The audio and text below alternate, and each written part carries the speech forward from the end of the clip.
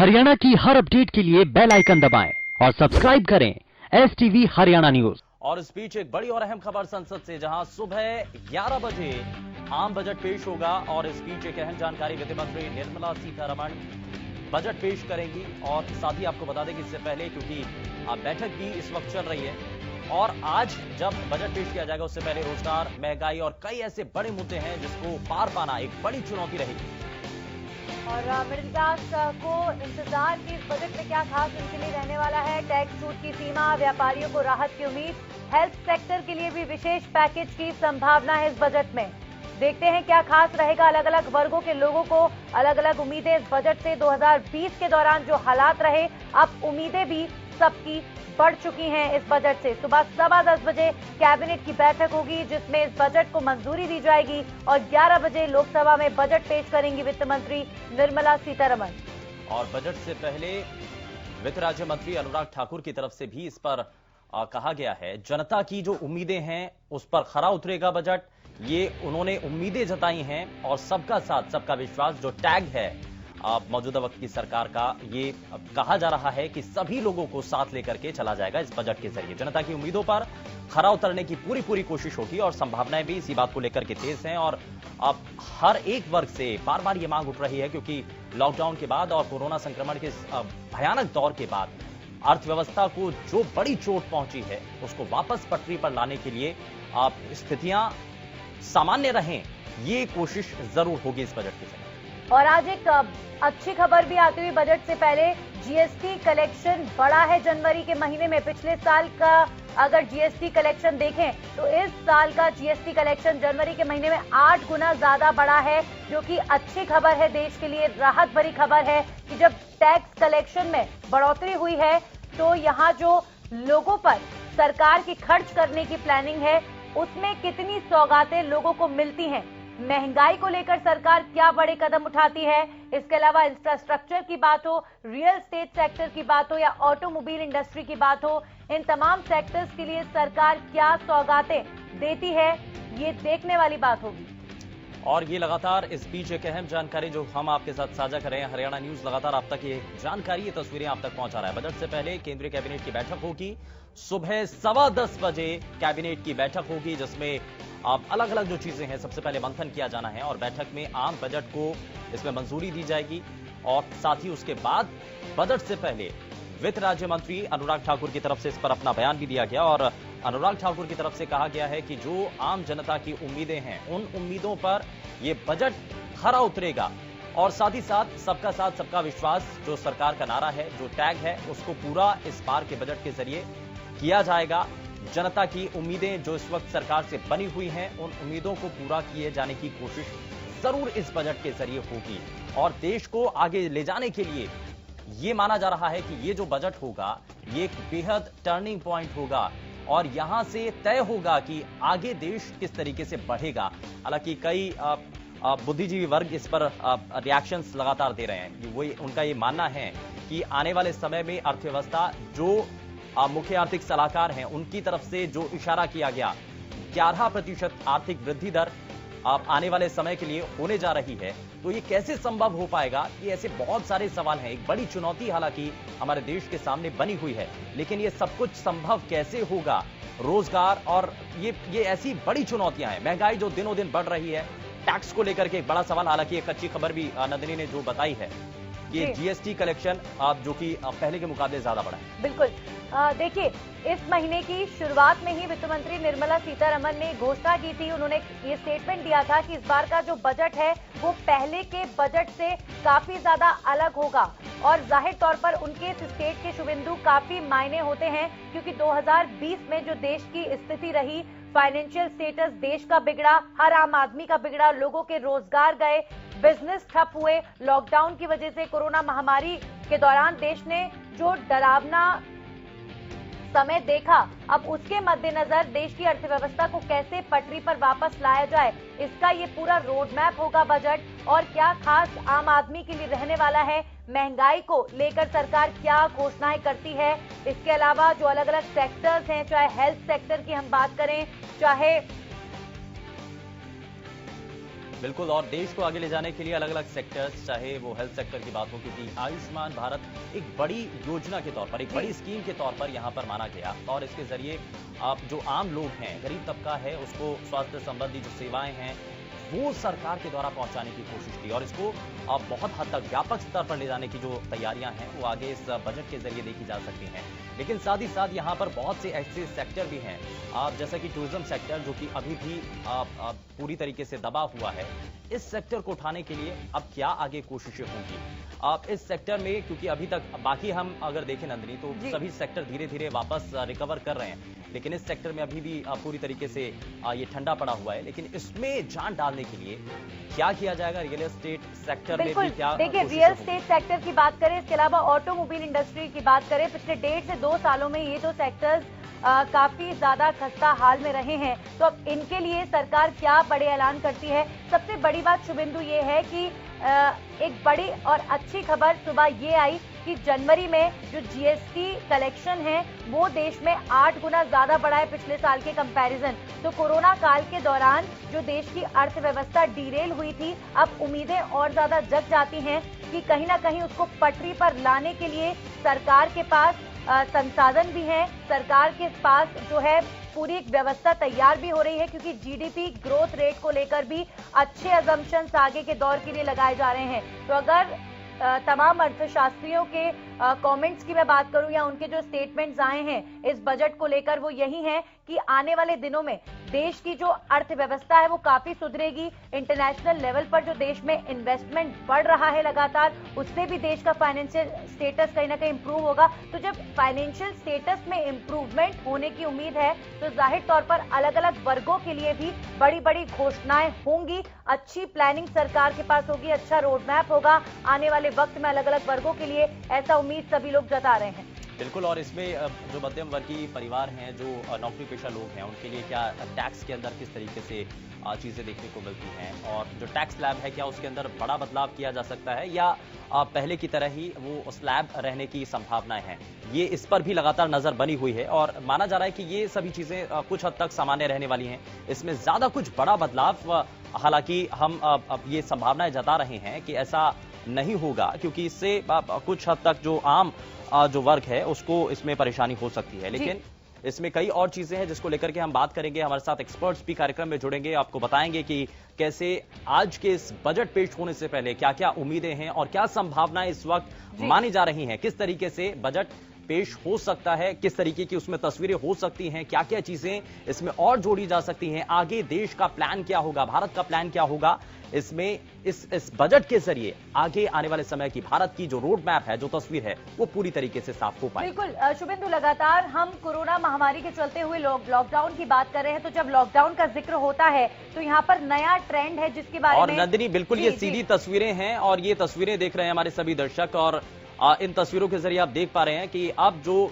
आप नेता हैं, मंत्री हैं, वो आप देखिए निर्मला सीतारमण जा रही हैं। बिल्कुल, वित्त मंत्री निर्मला सीतारमण जा रही हैं। जाहिर तौर पर 10:15 बजे जो कैबिनेट की मीटिंग होनी है उसे लेकर तैयारियां अब नजर आ रही हैं और निर्मला सीतारमण पहुंचेंगी अब और मीटिंग्स होंगी, बैठकें होंगी शुभेंदु। बजट को जो बजट से पहले फॉर्मल मीटिंग्स होती हैं, देखिए ये बिल्कुल नियम के तहत ही हो रहा है और अब निर्मला सीतारमण निकल चुकी है। इंतजार है सबको कि देखिए हर साल शुभेंदु निर्मला सीतारमण जब बजट पेश करती है, पिछले साल कुछ नया देखने को मिला था जब लेदर सूटकेस को अवॉइड करते हुए उन्होंने लाल कपड़े में, जैसे एक बही खाता होता है, कुछ इस तरीके से वो बजट को लेकर आई थी। और इस बार जो नया देखने को मिल रहा है, पेपरलेस बजट होगा। इस बार पेपरलेस बजट पहली दफा जो है पेश किया जा रहा है। तो जाहिर तौर पर हर बार निर्मला सीतारमण जब बजट पेश करती हैं तो कुछ ना कुछ नया देखने को मिलता ही है। देखिए ये कोशिश भी है और जब हम अब पूरी तरीके से टेक्निकल इसमें चीजें देख रहे हैं और हम ये कह रहे हैं कि हम भारत को और भी ज्यादा तेजी के साथ आगे बढ़ाने के लिए हम तकनीकी रूप से इसको सक्षम करना चाहते हैं, तो इसकी एक नजीर भी यहां से पेश करने की कोशिश है और ये तस्वीरें लगातार हम अपने सभी दर्शकों को दिखा रहे हैं। और वित्त मंत्री निर्मला सीतारमण जो कि अब धीरे धीरे आगे बढ़ती है, हिल की तरफ काफिला आगे बढ़ता हुआ और बेहद खूबसूरत ये तस्वीरें नजर आती हैं। आने वाले समय में जब बजट पेश होगा सबकी नजरें बनी हुई हैं, लेकिन उससे पहले आप देखिए कि कैसे तैयारियां की जा रही हैं और ये काफिला आगे बढ़ता हुआ वित्त मंत्री निर्मला सीतारमण का रायना सिल की तरफ अब रायसेना हिल पर आ चुकी हैं। अब यहां पर अपने कार्यालय में जाकर जाहिर तौर पर कैबिनेट की मीटिंग होगी, जिसमें वित्त मंत्री बजट को लेकर सारी बातें सामने रखेंगे कैबिनेट मिनिस्टर्स के। बिल्कुल, और अब आगे जो है वित्त मंत्री अब आगे पहुंच रही हैं और इसके बाद जो बैठक होनी है, मीटिंग होनी है, उसमें जो कई चीजें हैं उनको लेकर के चर्चाएं होंगी और पूरी तरीके से इस बजट को मंजूरी दी जाएगी। और उसके बाद ये माना जा रहा है कि जो संभावना है, जिस बात को लेकर के ये बार बार कहा जा रहा है कि एक अच्छी खबर आज आम जनता को मिल सके, ये सबसे पहले आम लोग भी जानना चाहते हैं। क्या अच्छी खबर आज मिलने जा रही है, उसको लेकर के लगातार हमारी ये महा कवरेज जारी है। और करीब करीब जिस तरीके से जीएसटी कलेक्शन को लेकर के भी आपने गुड न्यूज बताई यहां पर,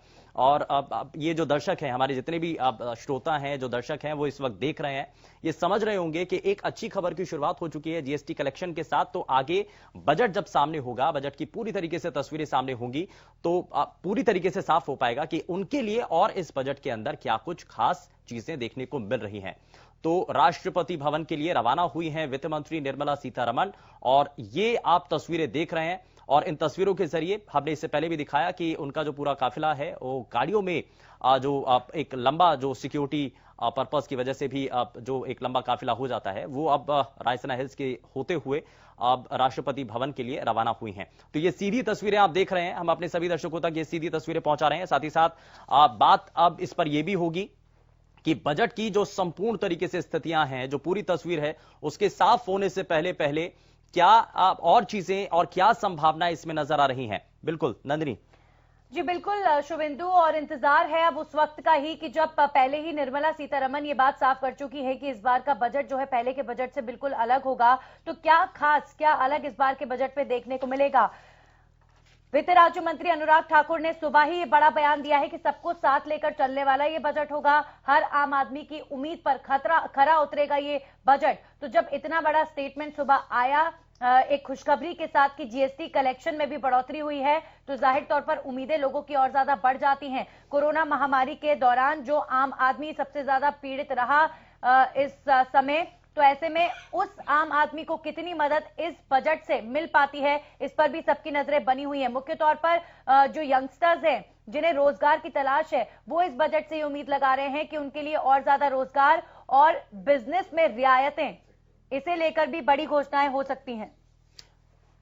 तो ये लगातार हम आपको तस्वीरें दिखा भी रहे हैं और अलग अलग बयानों के जरिए क्या इस पर अभी तक संभावनाएं जताई जा रही हैं वो हम आपको बता रहे हैं। लेकिन एक बड़ा फैक्टर ये भी कि नंदिनी, हमने इस बात का भी जिक्र किया है और लगातार कवरेज भी हमारी इस पर बनी रहती है, किसान आंदोलन जब चल रहा है तो किसानों के लिए क्या इसमें बड़ा हो सकता है, ये एक इंपॉर्टेंट इशू हो सकता है। इसमें क्या क्या चीजें और जोड़ी जा सकती हैं, इस बजट के जरिए कोई ऐसा बड़ा कदम उठाया जाए ताकि किसानों की जो अभी तक आशंकाएं हैं उनको कम से कम कुछ हद तक दूर किया जा सके। बिल्कुल शुभेंदु, लगातार सरकार की तरफ से कोशिश की जा रही है किसानों को मनाने की। तो जाहिर तौर पर इस बजट के जरिए भी सरकार बड़ा संदेश किसानों को देने की कोशिश जरूर करेगी कि कोई ना कोई ऐसी अनाउंसमेंट हो किसानी को लेकर कि जो किसान लगातार 2 महीने से सरकार से नाराज है और आंदोलन कर रहे हैं, उनकी नाराजगी दूर हो। इसमें सबसे बड़ा फैक्टर शुभेंदु ये है कि क्या सरकार एमएसपी को लेकर कोई बड़ी घोषणा कर सकती है।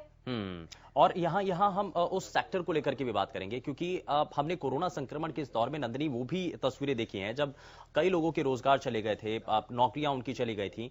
तो क्या आखिर ऐसा हुआ और कैसे अब लग रहा है कि चीजों को, हालांकि प्रधानमंत्री के द्वारा उस दौर में एक राहत पैकेज की भी घोषणा की गई थी, लेकिन इसका असर कितना हुआ है ग्राउंड जीरो पर? क्या वाकई में कंपनियां इससे संतुष्ट नजर आती हैं? क्या छोटे छोटे उद्योग करने वाले जो लोग हैं उनको प्रोत्साहन इस दौरान मिला है? क्या ये सभी चीजें बैलेंस हो पाएंगी और एक बार फिर से हमारी अर्थव्यवस्था जो है वो वापस से पटरी पर दौड़ेगी? क्योंकि हमने देखा कि कोरोना संक्रमण के दौर में एकदम ग्राफ नीचे चला गया, लेकिन अब वापस से ये संभावनाएं हैं कि ये ग्राफ धीरे धीरे उसी जिस तेजी के साथ गिरा था उसी तेजी के साथ वापस से उठ रहा है। तो वी शेप में इसका जिक्र क्या है और वी शेप की आखिर बात क्या है, जरा इसको भी हम समझेंगे। लेकिन इस सब के बीच में एक ये भी फैक्टर आ रहा है कि कोरोना संक्रमण के इस दौर में जो वर्ग अमीर था या जिसके पास पैसा था वो और अमीर हुआ, लेकिन वो तबका जो रोज काम करता था, रोज खाता था, कमाता था, उसके लिए बड़ा संकट हुआ। उसको लेकर शुभेंदु आप लगातार बात करें तो मैं पहले भी इस बात का जिक्र करने वाली थी कि देखिए लॉकडाउन में एक ट्रेंड जरूर जो है प्रचलित हुआ, वो है वर्क फ्रॉम होम। तो जो लोग वर्क फ्रॉम होम लगातार कर रहे हैं उनके सैलरी में डिडक्शंस भी हुए हैं और वर्क फ्रॉम होम करने वाले तमाम एम्प्लॉयज को नजर है कि इसे लेकर सरकार क्या अहम घोषणा कर सकती है, क्योंकि उम्मीद जताई जा रही है कि वर्क फ्रॉम होम को और ज्यादा प्रोत्साहित करने के लिए जो है वित्त मंत्री निर्मला सीतारमण बड़े ऐलान कर सकती हैं। तो अब टैक्स स्लैब में बदलाव को लेकर भी यहां पर उम्मीद की जा रही है कि जो लोग मुख्य तौर पर वर्क फ्रॉम होम कर रहे हैं, जिनकी सैलरी में डिडक्शंस हुए इस दौरान, उनके लिए जो है टैक्स स्लैब में जरूर बदलाव हो। अब देखते हैं कि जो टैक्स दर की सीमा है वो 2.5 लाख से बढ़कर क्या होती है, क्या 3 लाख जाती है। लोग उम्मीद कर रहे हैं कि कम से कम 5 लाख जाए। तो अब देखते हैं क्या बदलाव होता है टैक्स स्लैब में। चलिए, और इसी सभी चीजों को लेकर के जरा समझ लेते हैं, और सभी खास मेहमान इस बीच हमारे साथ कार्यक्रम में जुड़ चुके हैं और आपको मिलवाएं उससे। लेकिन आपको बता दें कि अब जब बजट पेश होने वाला है उससे पहले क्या संभावनाएं इस वक्त नजर आती हैं, जरा वो समझ लेते हैं। नंदिनी, हमारे साथ 3 खास मेहमान इस बीच कार्यक्रम में जुड़ चुके हैं। हमारे साथ जीएसटी एक्सपर्ट कपिल महानी जी कार्यक्रम में जुड़ चुके हैं। कपिल जी, बहुत स्वागत है आपका। बिजनेसमैन हिमांशु हमारे साथ कार्यक्रम में जुड़ चुके हैं। हिमांशु, बहुत स्वागत है आपका कार्यक्रम में। और health expert doctor Rahul Bhargav हमारे साथ कार्यक्रम में जुड़ चुके हैं। बहुत स्वागत है डॉक्टर राहुल आपका कार्यक्रम में। मैं कपिल महानी जी, एक शुरुआत में ही हमने एक अच्छी खबर अपने दर्शकों को दी है। जीएसटी कलेक्शन में बहुत अच्छा यहां पर कलेक्शन देखा गया है। पहले के मुकाबले जो अंतर रहा है वो काफी ज्यादा बेहतर है। ये प्रोत्साहन, वो भी कोरोना संक्रमण के इस दौर में, इस फैक्टर को किस तरीके से देखते हैं आप? So specifically GST point of view से the collection has gone up. It is a very good news for the country. The second point is the GST compliance, the ease of doing business for the GST purpose. These are the things which are likely expected from the point of view of India side, wherein Hindi पे बता सकें? yes, जरूर। So GST collection के बढ़ोतरी होने से बहुत फायदा हुआ है सरकार को, and it will directly impact the India boost, but specifically ease of doing business is one of the thing, and that is why the collection has gone up, because अब जीएसटी का जो कॉम्प्लायंस है वो easy हो रहा है, और easy करने से जो लोग अपनी कॉम्प्लायंस को और रिटर्न भर रहे हैं, रिटर्न भरने से टैक्स पे कर रहे हैं, दैट्स द। लेकिन कपिल जी, हमने देखा कोरोना संक्रमण के दौर में तो नौकरियां तक चली गई, तो ऐसे में जीएसटी कलेक्शन बढ़ना, वो भी पहले के मुकाबले, ये बड़ी बात है। इसका एक सबसे बड़ा रीजन तो ये है कि जो जीएसटी कलेक्शन 6 महीने से पेंडिंग था, 8 महीने से पेंडिंग था, अब लोगों ने उसको पे करने का शुरू किया है। जो बर्डन था 6 से 7 महीने का, वो अब इस टाइम पे लोगों के पास कैश फ्लो शुरू हुआ है, बिजनेस शुरू हुआ है, और बिजनेस शुरू होने से उन्होंने अब जीएसटी कलेक्शन जो था अपना पेमेंट करना शुरू किया है। So that's why that backlog which was there, जो बैकलॉग था लोगों का, बिजनेसमैन का, वो अब पे करना शुरू हुआ है, जिससे कलेक्शन इस महीने का आपको बढ़ा हुआ दिखने को दिखा है। जी कपिल जी से एक सवाल मेरा है, एज एन एक्सपर्ट आप क्या मानते हैं, जीएसटी की हम बात कर रहे हैं, अगर टैक्स स्लैब की बात करें तो अभी तक जो सीमा 2.5 लाख है, क्या लगता है एज एन एक्सपर्ट कितनी जरूरत है इसे और ज्यादा बढ़ाने की, और क्या उम्मीद है इस बजट से? अगर from a chartered accountant perspective if I have to talk on this, तो सबसे पहला ये है कि बिकॉज लोगों की सैलरी कम हुई है, तो सबसे ज्यादा आदमी, सैलरी क्लास आदमी चाहता है कि मैं कम से कम टैक्स पे करूं, बिकॉज एक सैलरी क्लास है जो सबसे ज्यादा टैक्स पे करता है, और in comparison to the business, and that is, हम इसलिए चाहते हैं कि इस साल के बजट में स्पेसिफिकली सैलरी क्लास के लिए थोड़ा स्लैब रेट बढ़ा दिया जाए, जिससे उनके ऊपर जो बर्डन है इनकम टैक्स का वो कम रहे। लेकिन कपिल जी, मैं एक सवाल और आपसे करना चाह रहा हूं कि जीएसटी को लेकर के जब राजनीतिक तौर पर इसमें विपक्षी खेमा ये कहता है कि ये पूरी तरीके से गब्बर सिंह टैक्स और बहुत अलग अलग नाम दे दिए जाते हैं, तो जीएसटी कलेक्शन अब जो बढ़ रहा है ये किस बात के संकेत दे रहा है? ये प्रॉपर तौर पर अब हमारे सिस्टम में आ चुका है, ये सही तरीके से अब सर्कुलेट हो चुका है, मतलब ट्रांसपेरेंसी आई है, पारदर्शिता आई है इससे ज्यादा? देखिए, मैं कुछ समय मैंने ग्राउंड लेवल रियलिटी पे भी देखा कि आज के टाइम पे जब वैट का दौर होता था तो लोग बिल्स, जो लोकल मार्केट के बिल्स हैं, वो लोग कम सोचते थे कि मुझे बिलिंग करनी है। आज के टाइम पे ग्राउंड लेवल रियलिटी ये है कि जो आम बिजनेसमैन है, जो 1 करोड़ 50 लाख का बिजनेस कर रहा है, वो भी जीएसटी का रजिस्ट्रेशन करा रहा है, और उसकी वजह से, और उसको उसका बेनिफिट भी मिल रहा है, क्योंकि उसकी जो कमाई है वो बैंक में आ रही है, सीधा कलेक्शन। फिनटेक सेक्टर को इसके साथ बहुत बड़ा सपोर्ट है, द कंपनीज लाइक पेटीएम, ये सब लोगों ने जो कलेक्शन करने का बैंक अकाउंट में किया है, इससे आदमी हमेशा अपनी जो इनकम है वो वाइड कर रहा है और उस पॉइंट ऑफ व्यू से उनका जीएसटी कलेक्शन सरकार को उसका डायरेक्ट बेनिफिट मिल रहा है। बिल्कुल, जाहिर तौर पर जितनी ज्यादा ट्रांसपेरेंसी होगी उतना ज्यादा फाइनेंशियल स्टेटस, देश की अर्थव्यवस्था इंप्रूव होगी और उतना ज्यादा फायदा आम लोगों को भी मिलेगा। मैं रुक करूंगी health expert doctor Rahul Bhargav का। क्या मानते हैं राहुल जी आप, इस बजट में हेल्थ सेक्टर के लिए क्या क्या घोषणाएं हो सकती हैं और क्या क्या उम्मीदें एज अ हेल्थ एक्सपर्ट आपको इस बजट से? डॉक्टर राहुल, मैं इसमें एक चीज और जोड़ना चाह रहा हूं, क्योंकि हमने कोरोना संक्रमण के इस दौर में भारत के अंदर जो हमारी अभी तक की व्यवस्थाएं हैं हेल्थ केयर सिस्टम को लेकर के, वो उतना ज्यादा मजबूत नहीं थी। लेकिन इस कोरोना संक्रमण के इस दौर ने हमें सिखाया है कि इस पर हमें और ज्यादा फोकस करना होगा। लग रहा है कुछ बड़ा किया जा सकता है। देखिए, कोरोना ने पिछले एक साल में हमको ये बताया कि हमारा हेल्थ सेक्टर पिछले 70 साल में कितना वीक रहा है और हमारा इन्वेस्टमेंट, डायरेक्ट इन्वेस्टमेंट जो 1.6 से 1.8% जीडीपी का होता था, वो बहुत ही लेस था, क्योंकि जिस तरीके से पिछले सालों में देश में हेल्थ समस्याएं बढ़ी हैं और पॉपुलेशन बढ़ी है, कोरोना ने कम से कम हेल्थ सेक्टर को एक फोरफ्रंट पे जरूर लाया है। और ये उम्मीद की जाती है कि इस बार डायरेक्ट काम भी होगा, जिसमें शायद जीडीपी का 2%, 2.5%, मतलब 1% जीडीपी का इन्वेस्टमेंट हेल्थ केयर में डायरेक्टली बढ़ेगा। हेल्थ केयर को दो तरीके से देखना जरूरी है। एक डायरेक्ट इन्वेस्टमेंट है, पिछले सालों में 19 से 20 नए एम्स खुले हैं। इंफ्रास्ट्रक्चर पे सरकार मजबूती करेगी, प्राइमरी हेल्थ केयर को और मजबूत करेगी। जो हमने कृष्णमूर्ति जी का इकोनॉमिक सर्वे पढ़ा है पिछले 2 दिन पहले, उसमें ये डायरेक्टली दिखाया जा रहा है कि हेल्थ अब सरकार की बहुत बड़ी प्रायोरिटी है। और यही नहीं, आत्मनिर्भर भारत के अंतर्गत जैसे फार्मा इंडस्ट्री को चाइना की डिपेंडेंसी से कम करना है, एपीआई को, उस दिशा में भी आगे बढ़ेंगे, क्योंकि कुछ ना कुछ जीएसटी की रिबेट मिलेगी ताकि एपीआईज जो हमारे एक्टिव फार्मा इंग्रेडिएंट्स है वो देश में बन पाए, जिससे रोजगार हो। तो ये एक बैलेंसिंग एक्ट रहेगा जहां पे जीएसटी कम करके रोजगार को बढ़ावा देने की एक तकनीक लगाई जाएगी।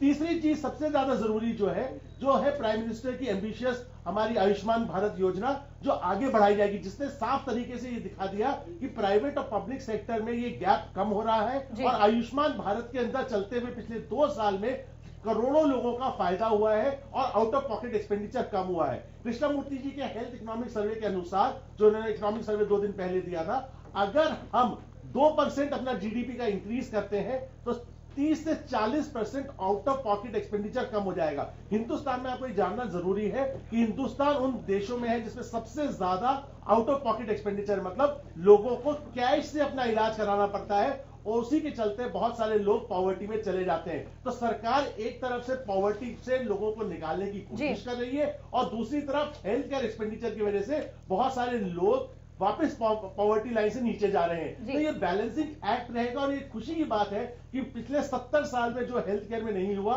वो इस सरकार ने। राहुल, लगातार आप आत्मनिर्भर की बात कर रहे हैं, तो जाहिर तौर पर सरकार का जो ये बजट होगा वो भी आत्मनिर्भरता पर ज्यादा फोकस होगा। और इसकी बानगी हमने देखी 2020 में, बेहद गौरव का पल था ये देश के लिए कि देश के अंदर का जो इंफ्रास्ट्रक्चर है, जो इससे पहले नहीं हुआ, बाहर भी इंपोर्ट हुआ। यानी वेंटिलेटर्स कोरोना महामारी के दौरान देश में बने हुए पूरी दुनिया में इंपोर्ट हुए हैं। इसके साथ साथ कोरोना वैक्सीन, जो कि सबसे बड़ा एग्जाम्पल है, WHO से लेकर तमाम देश के जो प्रधान है उन्होंने हमारे देश की तारीफ की है। तो अपने आप में जब इतनी बड़ी चीज देश के अंदर 2020 में हुई और हेल्थ सेक्टर ने सबसे बड़ी भूमिका भी निभाई है, तो जाहिर तौर पर ये जो बजट रहेगा ये कहीं ना कहीं इसी को और आगे बढ़ाने वाला रहेगा। बिल्कुल, आपने बिल्कुल सही कहा, क्योंकि हेल्थ अब प्रायोरिटी बन चुका है। रोटी कपड़ा मकान के बाद अब आज की तारीख में जो सबसे बड़ी प्रॉब्लम है वो हेल्थ की है। और ये हम समझ चुके हैं कि अगर हेल्दी नेशन नहीं होगा तो वो इकोनॉमी को आगे बढ़ाने में सक्षम नहीं होगा। इसीलिए सरकार का ये मंशा है कि किस प्रकार से जीडीपी का कुछ पोर्शन, मतलब 1-1.5% हेल्थ पे बढ़ाया जाए, जबकि हमारे को पता है कि बहुत सारे कंस्ट्रेंट्स हैं। ये भी जान चुके हैं कि आत्मनिर्भर भारत को आगे लेके जो फार्मा इंडस्ट्री को अगर सपोर्ट मिलता है तो वो रोजगार का एक बहुत बड़ा साधन हो सकता है। इसी के मद्देनजर रखते हुए इंफ्रास्ट्रक्चर को मजबूत करना भी सरकार की प्राथमिकता है। तो इस तरीके से देखा जाए तो लगता है कि इस बार हेल्थ केयर के लिए पिछले 73 सालों में सबसे अच्छा बजट मानने की हमारी उम्मीद है। और ठीक है, बिल्कुल ये एक बहुत बेहतर और यहां से टर्निंग पॉइंट इसको माना जा सकता है। एक नए सिरे से भारत, जो आत्मनिर्भर भारत की जो नींव रखी गई है, उसको यहां से सार्थक किया जा सकता है। हिमांशु हमारे साथ लगातार कार्यक्रम में बने हुए। हिमांशु जी, मैं जरा ये समझ रहा हूं कि हम बार बार, क्योंकि इससे पहले का जो फेज रहा है बहुत मुश्किल फेज रहा है, कंपनियां बहुत घाटे में रही हैं, बहुत हद तक नुकसान हुआ है, आर्थिक पैकेज प्रधानमंत्री के द्वारा दिया गया।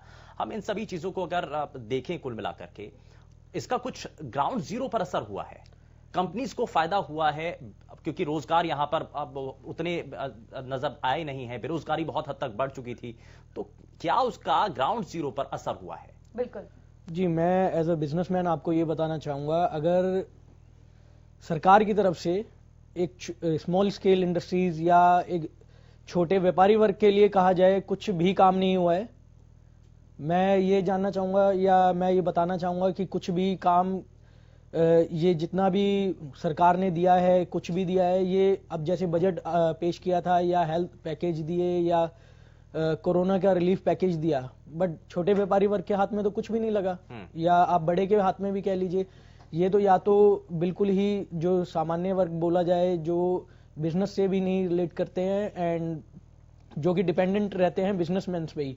नहीं तो हिमांशु जी, मांग क्या है फिर?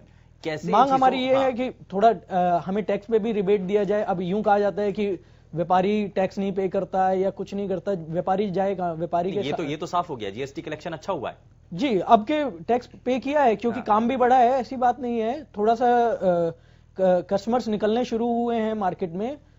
दिवाली तक कुछ भी काम नहीं था, कस्टमर्स निकले नहीं थे, थोड़ा सा कोरोना का भी डर था, एंड अब थोड़ा थोड़ा जैसे केसेस भी कम आ रहे हैं तो मार्केट के अंदर कस्टमर भी निकलने शुरू हुए, तो इस वजह से भी कह सकते हैं आप टैक्स कलेक्शन अच्छा हुआ है, क्योंकि व्यापारी भी टैक्स कहां से देगा जब तक कस्टमर आएंगे नहीं, कस्टमर टैक्स पे करेगा, उसके बाद ही तो व्यापारी टैक्स देगा। जो रियायतें सरकार की तरफ से दी गई कोरोना महामारी के दौरान, एज अ बिजनेसमैन आप ज्यादा अच्छे से बता सकते हैं कि जैसे बैंकिंग की तरफ से जो लोन का इंटरेस्ट था उसकी सीमा बढ़ा दी गई, समय सीमा बढ़ा दी गई, और कुछ हद तक रियायतें भी दी गई लोन्स को लेकर, तो क्या बिजनेस क्लास जो वर्ग है वो संतुष्ट नहीं हुआ सरकार के इन कदमों से? इस पर हिमांशु जी से जवाब लेंगे। एक छोटे से ब्रेक के लिए हमें यहाँ रुकना होगा, लेकिन ब्रेक के उस पर हिमांशु जी इसी सवाल के साथ शुरुआत करेंगे आपसे। छोटा सा ब्रेक, जल्द लौट रहे हैं।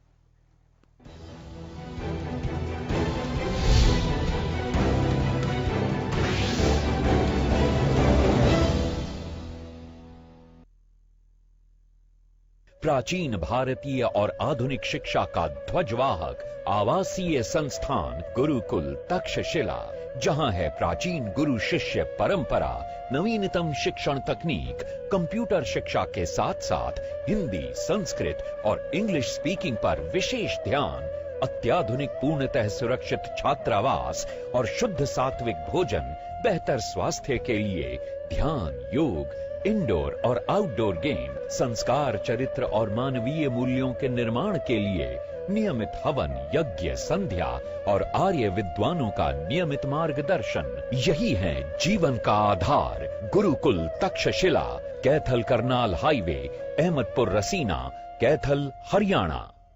आम बजट 2021 में क्या है खास? पब्लिक को बजट से क्या है आज? किसे मिलेगी सौगात? कौन रहेगा खाली हाथ? देखिए यूनियन बजट 2021-22 1 फरवरी को दिन भर। प्राचीन भारतीय और आधुनिक शिक्षा का ध्वजवाहक आवासीय संस्थान, जहां है प्राचीन गुरु शिष्य परंपरा, नवीनतम शिक्षण तकनीक, अत्याधुनिक पूर्णतः सुरक्षित छात्रावास, गुरुकुल तक्षशिला, करनाल हाईवे, अहमदपुर रसीना, कैथल, हरियाणा। आम बजट 2021 में क्या है खास? पब्लिक को बजट से क्या है आज? किसे मिलेगी सौगात? कौन रहेगा खाली हाथ? देखिए यूनियन बजट 2021-22 1 फरवरी को दिन भर। राजनीति की गहमा गहमी,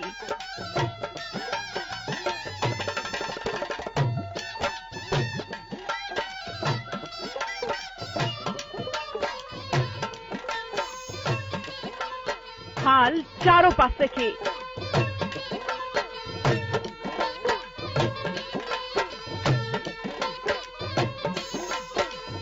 केचा में से लोग सरकार तय।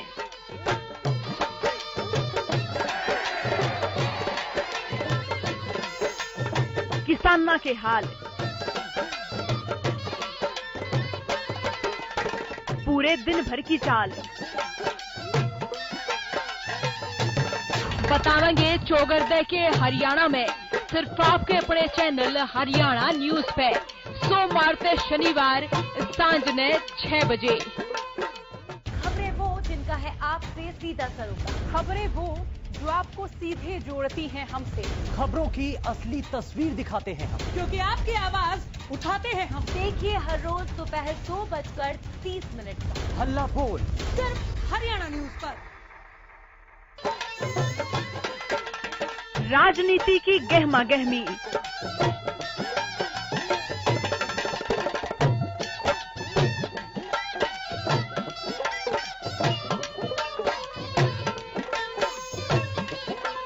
हाल चारों पासे के।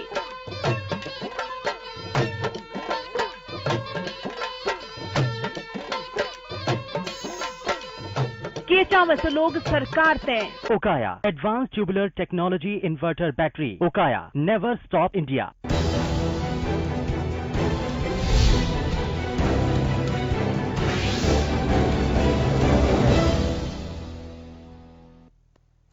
ब्रेक के बाद आपका स्वागत है। लगातार बजट को लेकर चर्चा जारी है और अब हमारे साथ हमारे पैनल में मेहमान जुड़ चुके हैं। मोहित जैन जी अर्थशास्त्री हैं, आपका भी बहुत बहुत स्वागत। तो लगातार अपने पैनल के साथ हम चर्चा कर रहे हैं कि बजट जो आज पेश होगा वो कितनी उम्मीदों वाला होगा, क्या क्या उम्मीदें अलग अलग वर्ग को हैं इस बजट से। और ब्रेक से पहले जैसा कि सवाल मैंने हिमांशु जी से किया था कि जो रियायतें लॉकडाउन के दौरान बिजनेस क्लास को दी गई थी, एज इन लोन की मैं बात कर रही थी हिमांशु जी, कि जो समय सीमा लोन के इंटरेस्ट के लिए बढ़ाई गई हैं, इस तरह की छोटी छोटी रियायतें जो दी गई, क्या बिजनेस वर्ग उससे संतुष्ट नहीं हुआ था?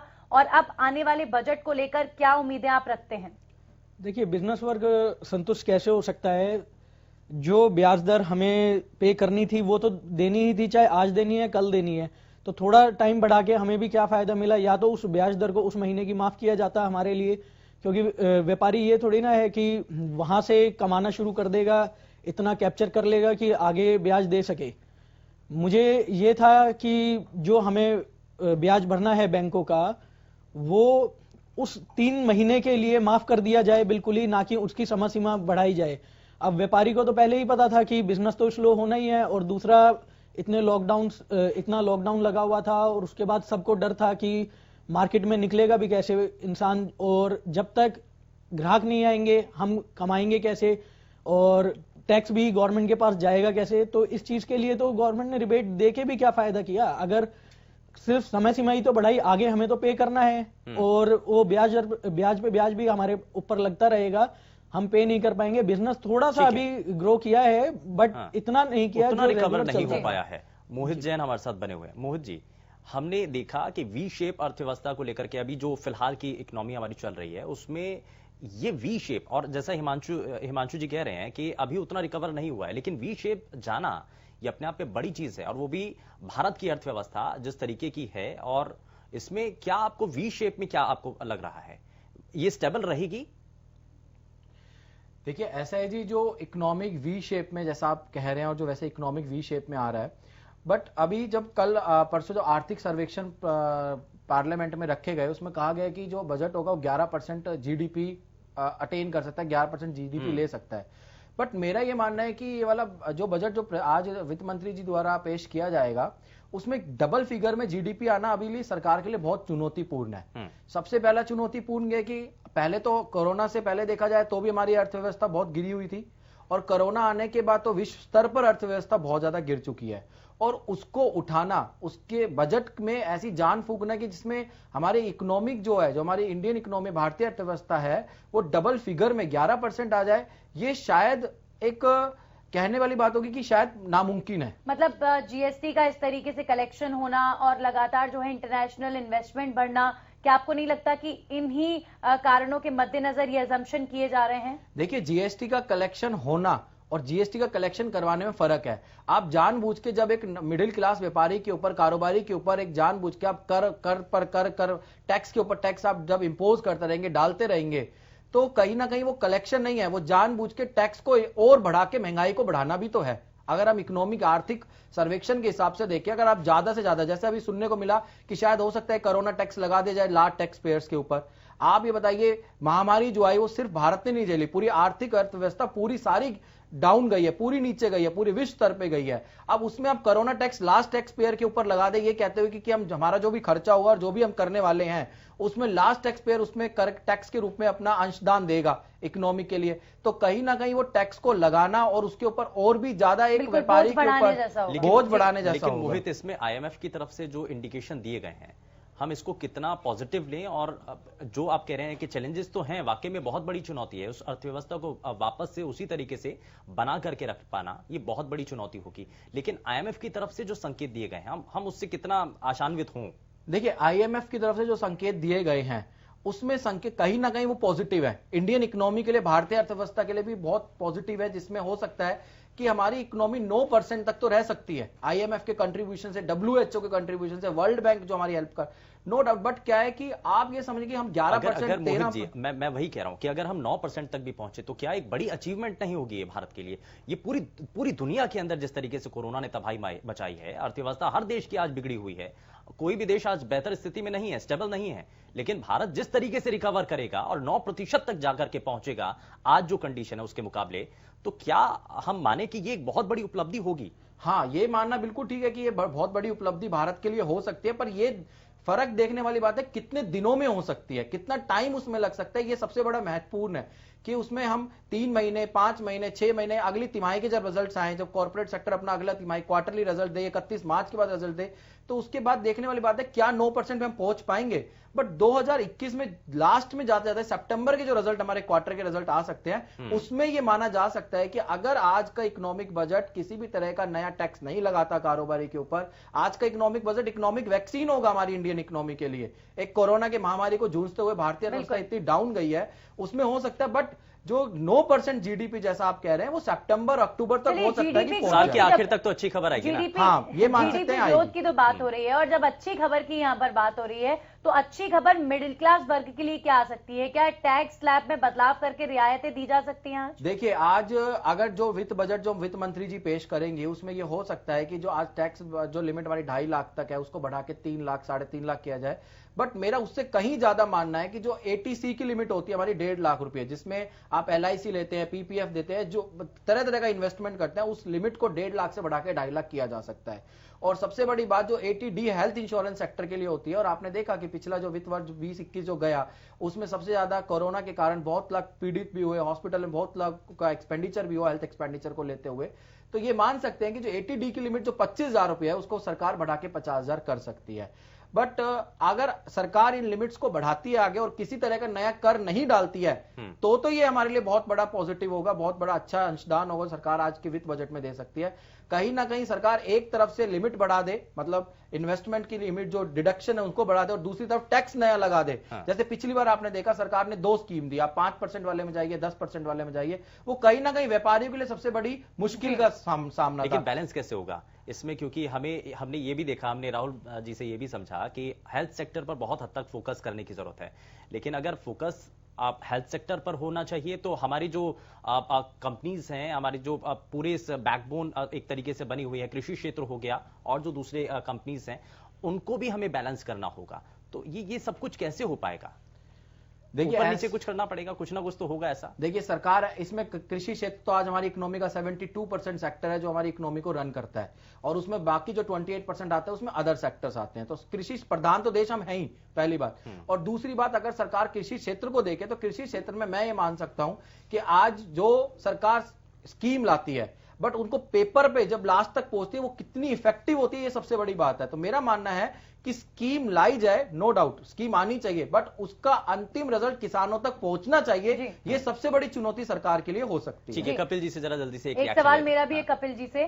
वोकल फॉर लोकल को लेकर लगातार जो है प्रधानमंत्री भी अपने मन की बात में बातचीत करते रहे हैं, तो अब वोकल फॉर लोकल को केंद्रित रखते हुए इस बजट में कई सारी घोषणाएं हो सकती हैं।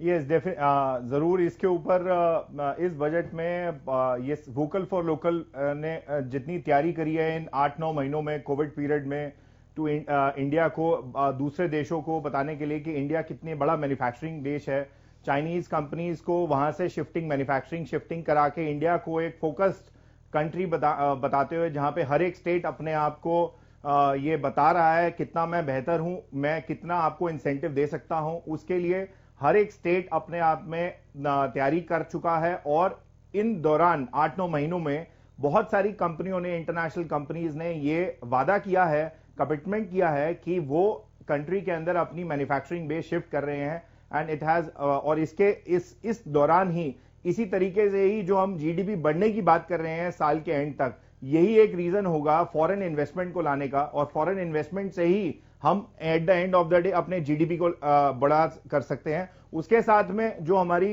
लेबर प्रॉब्लम है, एम्प्लॉयमेंट प्रॉब्लम है, ये भी दूर होगी, क्योंकि जब कंपनीज आएंगी, मैन्युफैक्चरिंग बढ़ेगा और इंडिया एक फोकस्ड मैन्युफैक्चरिंग कंट्री बनेगा, देन ओनली उसके बाद हमारी सारी जो एम्प्लॉयमेंट प्रॉब्लम है और इकोनॉमी प्रॉब्लम है विच विल रिड्यूस, ये सबसे कम होगी। राहुल जी, अब हम इन्हीं चीजों को लेकर के जैसा कहा कि इसमें जो है हेल्थ सेक्टर पर ज्यादा फोकस होना चाहिए, तो अभी तो बहुत हद तक जरूरत है कि हमें जो बुनियादी चीजें हैं, और खास करके हम देखते हैं कि सरकारी अस्पतालों की जो स्थिति है, सबसे पहले हमें उनको सुधारने की बहुत हद तक जरूरत होगी।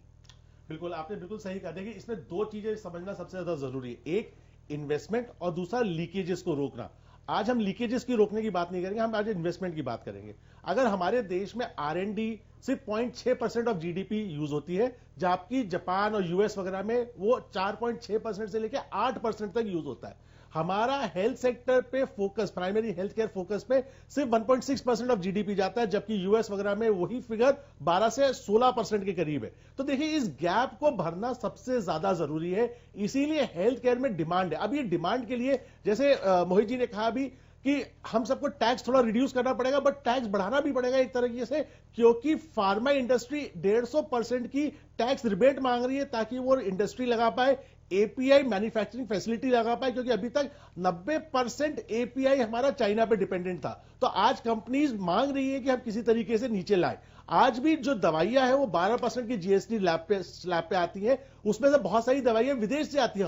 हालांकि जेनरिक मार्केट बड़ा है, पर स्टिल बाहर से दवाइयां आती है, उसमें डिपेंडेंसी है। उसको रिड्यूस करने के लिए आपको R&D पे आपको रिबेट देनी पड़ेगी कि हिंदुस्तानी बना हुआ प्रोडक्ट, R&D वाला प्रोडक्ट पे आपको जीएसटी रेट कम करना पड़ेगा। तो एक तरफ से हेल्थ केयर की डिमांड है कि वो जनरेट नहीं कर रहा, वो कंज्यूम कर रहा है, और उस कंजम्पशन को कहीं ना कहीं से भरपाई करनी पड़ेगी। वो भले 4 से 8% जो लोग 8% लोग जो टैक्स देते हैं, वो पैसा वहीं से कहीं ना कहीं से आएगा।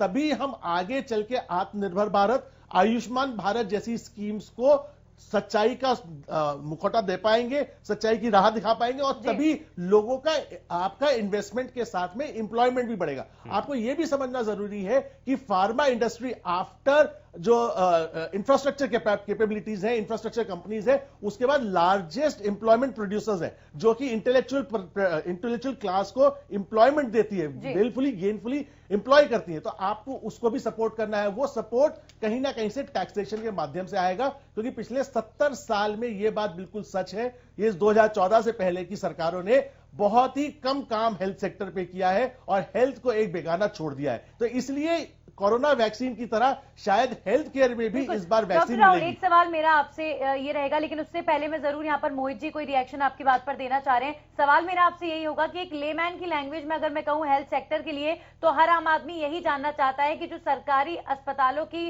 व्यवस्था है कुछ हद तक इंप्रूव हुई है, लेकिन कुछ हद तक अभी भी बहुत सारी खामियां हैं। तो इस बार का जो बजट होगा वो ज्यादा अस्पतालों को, नए अस्पतालों को लाने पर केंद्रित होगा या जो ऑलरेडी मौजूदा अस्पताल है उनकी इंप्रूवमेंट पर केंद्रित होगा? ये सवाल मेरा आपसे रहेगा, लेकिन उससे पहले आपकी किसी बात पर मोहित जी रिएक्शन देना चाह रहे हैं, उनका रिएक्शन ले लेते हैं एक बार। देखिए ऐसा है जी, वोकल फॉर लोकल का आपने जैसे पूछा, वोकल फॉर लोकल का तो आप सबसे पहले एग्जांपल देख लीजिए कि जो वित्त मंत्री जी आज से पहले जब भारत आजाद हो उसके बाद तक चमड़े का लेदर का बैग लेकर आते थे, आज उसको बदल दिया वही खातों में।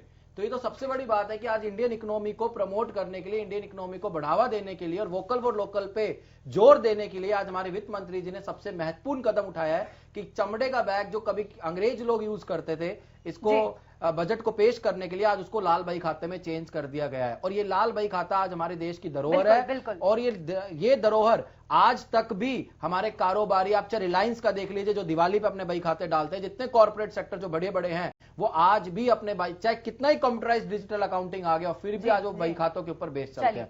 दूसरी बात, मैं राकेश साहब की बात पे मैं राहुल जी के ऊपर मैं बोलना चाहूंगा, माफ कीजिएगा। इन्होंने कहा कि टैक्स बढ़ाकर ही हेल्थ केयर सेक्टर को हम प्रमोट करते हैं। नहीं, आप टैक्स बढ़ाइए मत, सरकार अपना खर्चा भी तो कम करके हेल्थ केयर सेक्टर को, जहां से आज डेफिसिट में हमारा बजट है, फिस्कल डेफिसिट आज हमारा 4% रह गया, अगर आप उस डेफिसिट को जीरो करना चाहते हैं तो सरकार अपने खर्चों के ऊपर रोक लगाकर बिना टैक्स को बढ़ाए भी अब डेफिसिट को खत्म किया जा सकता है। तो देखिए, आपने जैसे पूछा कि नए अस्पताल बनेंगे, उनकी जरूरत है। पिछले साल हमने 19 नए एम्स बनाए जिसमें ऋषिकेश है, हिमाचल की रिमोट एरियाज है, ताकि हेल्थ केयर डोर स्टेप पे पहुंच पाए। दूसरी चीज, हेल्थ केयर इस देश में वो रिलायंस से लेके लास्ट आदमी तक हो, हेल्थ केयर एक्सपेंडिचर जो होता है वो अनबजटेड होता है। वो आपदा होती है, हम अपने दूध के लिए, पानी के लिए, पेट्रोल के लिए, गाड़ी के लिए, सबके लिए बजट रखते हैं, बट हेल्थ केयर के लिए इस देश में बजट नहीं रखते। ये सच्चाई है। इसी के माध्यम से, क्योंकि जब हम देखते हैं कि कितने सारे लोग हर साल, लाखों लोग बिलो पॉवर्टी लाइन चले जाते हैं हेल्थ केयर को यूटिलाइज करते हुए, इसीलिए सरकार ने आउट ऑफ पॉकेट एक्सपेंडिचर को रिड्यूस करने की ठानी है और पिछले कुछ सालों में वो रिड्यूस करते जा रहे हैं। तो इसीलिए नए अस्पताल बनेंगे, जो पुराने अस्पताल है उनको स्ट्रेंथन किया जाएगा। और तीसरी चीज, टेक्नोलॉजी पॉइंट ऑफ व्यू से जो हम अभी तक इंपोर्ट करते थे उसको लोकल R&D करके उसको स्टार्ट करने की व्यवस्था जो सरकार बनाएगी, भले ही वो वेंटिलेटर हो, भले ही वो CT स्कैन मशीन्स हो, या वो कितनी बड़ी बड़ी दवाइयां हो, उसको देश में चलाने के लिए, बनाने के लिए प्रोत्साहन दिया जाएगा, ताकि हमारा डॉलर भी बचे, हमारा इंप्लॉयमेंट भी आए और आगे चल के, जैसे मोहित जी ने कहा कि फिस्कल डेफिसिट को रिड्यूस करने के लिए यूज किया जाए, वो हमारे को उसमें समर्थन मिलेगा। क्योंकि हेल्थ केयर एक्सपेंडिचर है, वो अर्निंग नहीं है। अर्निंग बाकी चीजों से आती है, वो एक्सपेंडिचर है। इसमें हम हमेशा से देखते रहे हैं कि नजरअंदाज कर दिया जाता है फार्मा सेक्टर, लेकिन आज हमारे भारत ने ये दिखाया है पूरी दुनिया के अंदर कि फार्मा सेक्टर की ताकत क्या है। ये दो तस्वीरें जरा हम अपने सभी दर्शकों को दिखा रहे हैं, उम्मीदों का बजट, और जब वित्त मंत्री निर्मला सीतारमण ये बजट दिखाते हुए, और उससे पहले क्योंकि राष्ट्रपति को बजट की कॉपी सबसे पहले दी गई थी, तो ये उस वक्त की तस्वीरें भी हमारे सभी दर्शक दिख रहे हैं। मैं जरा जल्दी से इस पर एक रिएक्शन ले लेता हूं, फिर उसके बाद मैं कपिल जी आपके पास भी आता हूं, और हमारे साथ लगातार कार्यक्रम में हिमांशु जी भी बने हुए हैं। राहुल जी, हमने हमेशा से नजरअंदाज कर दिया फार्मा सेक्टर। आज पूरी दुनिया के अंदर हमने अलग अलग देशों में जो भारत निर्मित दवाइयां हैं वो सप्लाई हो रही हैं और एक बहुत बड़ा सेक्टर है, लेकिन कभी चर्चा नहीं हुई, कभी इस बारे में फोकस नहीं किया गया।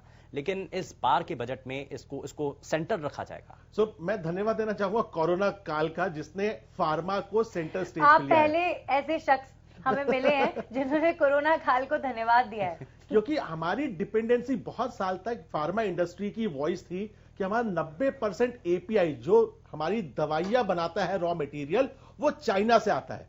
तो जब लॉकडाउन हुआ उस समय हमारे को पता चला कि हमारी डिपेंडेंसी चाइना पे कितनी है, और उस समय राइजिंग टू ओकेजन, जैसे कहते हैं, प्राइम मिनिस्टर ने लोकल फॉर वोकल का नारा दिया। इसका मतलब बिल्कुल साफ है, और पीछे से हम देखें भी तो फार्मा इंडस्ट्री में इन्वेस्टमेंट बढ़ेगा, R&D पे जोर दिया जाएगा और दिया जा रहा है, और API मैन्युफैक्चरिंग को बढ़ाया जाएगा। मैं रिएक्शन हिमांशु जी से जरूर लेना चाहूंगी, क्योंकि लगातार वोकल फॉर लोकल की बात हो रही है। तो वोकल फॉर लोकल को अगर प्रोत्साहित किया जाता है तो जो इस देश का बिजनेसमैन है उसको सबसे ज्यादा फायदा पहुंचता है। तो आप किस नजरिए से देखते हैं वोकल फॉर लोकल को? देखिए, बात तो बहुत अच्छी है, लोकल फॉर वोकल जैसे कि बताया गया है, एंड प्रधानमंत्री जी भी प्रमोट कर रहे हैं। तो व्यापारी वर्ग, तो पहले तो मैं सबसे पहले ये बताना चाहूंगा, कोई भी टैक्स अगर लगता है सबसे पहले कंज्यूमर को उसका इफेक्ट पड़ता है, चीजें ऑटोमेटिकली महंगी होती है, कंज्यूमर महंगा खरीदेगा, एंड हाँ, अगर यहाँ पर मैन्युफैक्चर होता है, अब जैसे चाइना की इंडस्ट्रीज की बात की जाए, बच्चों के खिलौने ही होते हैं, तो चाइना से बहुत सस्ते आ रहे हैं, यहाँ पर मैन्युफैक्चरिंग महंगी पड़ती है। अब ये इस चीज का, क्योंकि हमारे ऊपर टैक्स ही इतना इम्पोज हुआ है, हर चीज का धीरे धीरे बढ़ता टैक्स जाएगा। तो सर, जब मोटिवेशन मिलेगा तो जो टेक्नोलॉजी चाइना के पास है वो हमारे देश में भी आएगी, नहीं लगता आपको? नहीं आएगी, उसके लिए तो मैं भी चाहूंगा कि जो टेक्नोलॉजीज आए, एंड मशीनरी, सबसे पहले मशीनरी सेक्टर, हर एक वर्ग एक के ऊपर एक डिपेंडेंट रहता है। जैसे पहले आप इंडस्ट्रीज ग्रो करेंगी, फिर उसके बाद फॉरेन इन्वेस्टमेंट आएगा, फिर इंडस्ट्रीज के बाद यहाँ पर जितने भी सेक्टर्स हैं, जो कि आप, अगर मैं देसी भाषा में बताऊं, किराएदार आएंगे, किराएदार से हम लोगों के पास कस्टमर आएगा और तब आएगा। मगर इस चीज के लिए मैं भी कुछ नहीं कह सकता कि भाई वोकल फॉर लोकल से हमें कुछ फायदा होगा, क्योंकि अभी भी जो मैन्युफैक्चरिंग हमारे इंडिया में हो रही है लोकल प्रोडक्ट्स की, वही महंगे बन रहे हैं, और इंपोर्ट हम करके ला रहे हैं, वो सस्ता ला रहे हैं। तो ये एक बड़ा चैलेंज है, बिल्कुल बड़ा चैलेंज है। लेकिन कहीं ना कहीं अपॉर्चुनिटीज अगर सरकार की तरफ से मिलेंगी तो जाहिर तौर पर जो लोकल बिजनेसमैन है वो भी कोशिश और ज्यादा बढ़ाएंगे उस टेक्नोलॉजी को लाने की और इम्प्लीमेंट करने की, जिसको चाइना ऑलरेडी कई सालों से आगे बढ़ाता जा रहा है। एंड एक चीज और, व्यापारी मार्जिन के ऊपर ही चलता है सबसे पहले, बट जो चीज जैसे चाइना का अब इंपोर्ट काफी कम हो गया है, इवन देखा जाए तो बंद ही हो गया, बहुत कम रह गया है। एंड जो मार्जिन हुआ करता था चाइना के प्रोडक्ट्स में और इंडियन प्रोडक्ट्स में होता है, व्यापारी भी ये चाहेगा कि उसे मार्जिन वाली चीजें ही मिले। तो हम लोग भी यही प्रमोट करते हैं कि आप ये चीज लीजिए, आप ये चीज लीजिए, क्योंकि उसमें व्यापारी को मार्जिन मिल रहा है। एंड पीछे कोरोना काल के अंदर एक चीज मैं डॉक्टर साहब से सहमत हूं, बहुत अच्छा हुआ है कि हेल्थ केयर के ऊपर बहुत ध्यान दिया गया है, एंड लोगों ने अपनी हेल्थ के ऊपर भी बहुत ध्यान दिया है। देखिए, इस दौरान दो चीजें हुई, एक तो कोरोना संक्रमण का दौर जिसने फार्मा सेक्टर को उभारा है, और दूसरा चाइना के साथ जो हमारे डिस्प्यूट हुए हैं उसने लोकल फॉर वोकल, जिसका बार बार जिक्र हो रहा है, ये इसी के बाद हुआ। ये दो चीजें बड़ी टर्निंग पॉइंट रही हैं इस दौरान। ठीक है, हमें यहाँ एक छोटे से ब्रेक के लिए हमें रुकना होगा। सभी खास मेहमान लगातार हमारे साथ कार्यक्रम में बने हुए हैं। एक छोटा सा ब्रेक और बजट को लेकर के हरियाणा न्यूज पर यह महा कवरेज आगे भी जारी रहेगी। लौटेंगे वापस जाकर।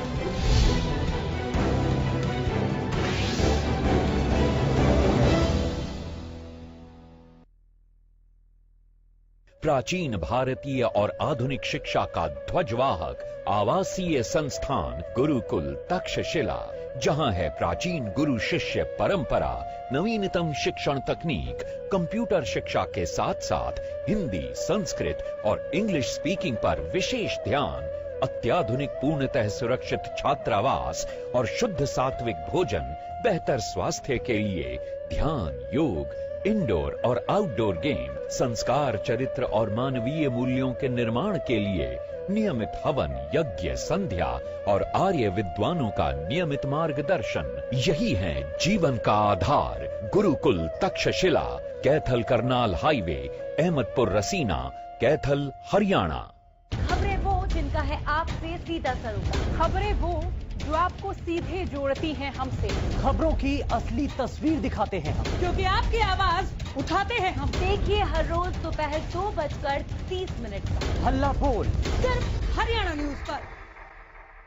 प्राचीन भारतीय और आधुनिक शिक्षा का ध्वजवाहक आवासीय संस्थान, जहां है प्राचीन गुरु शिष्य परंपरा, नवीनतम शिक्षण तकनीक, अत्याधुनिक पूर्णतः सुरक्षित छात्रावास, गुरुकुल तक्षशिला, करनाल हाईवे, अहमदपुर रसीना, कैथल, हरियाणा। राजनीति की गहमा गहमी,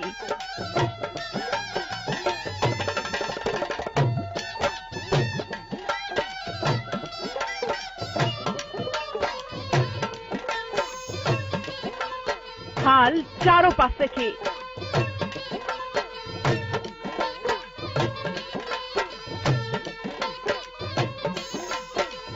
केचा में से लोग सरकार तय,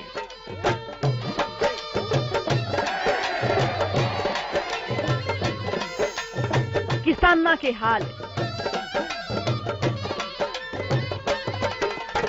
पूरे दिन भर की चाल,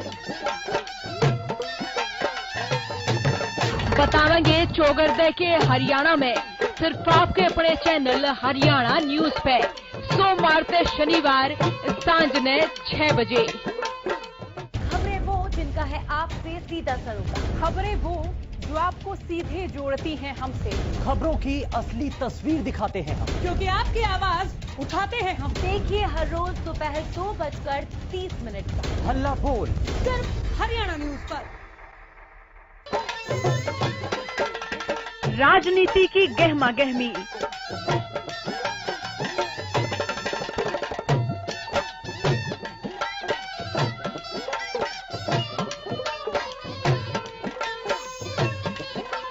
हाल चारों पासे के,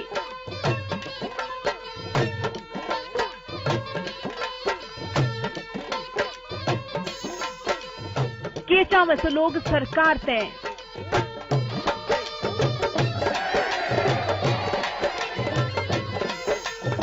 किसाना के हाल, पूरे दिन भर की चाल, बताएंगे चौगरदे के हरियाणा में सिर्फ आपके अपने चैनल हरियाणा न्यूज पे, सोमवार से शनिवार सांझ ने 6 बजे। खबरें वो जिनका है आपसे सीधा सरोकार। खबरें वो जो आपको सीधे जोड़ती हैं हमसे, खबरों की असली तस्वीर दिखाते हैं हम, क्योंकि आपकी आवाज उठाते हैं हम। देखिए हर रोज दोपहर 2:30 पर हल्ला बोल सिर्फ हरियाणा न्यूज पर। राजनीति की गहमा गहमी,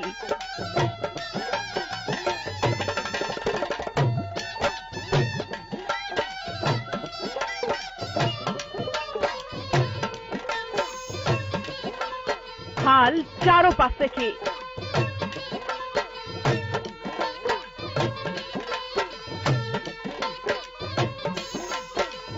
केचा में से लोग सरकार तय,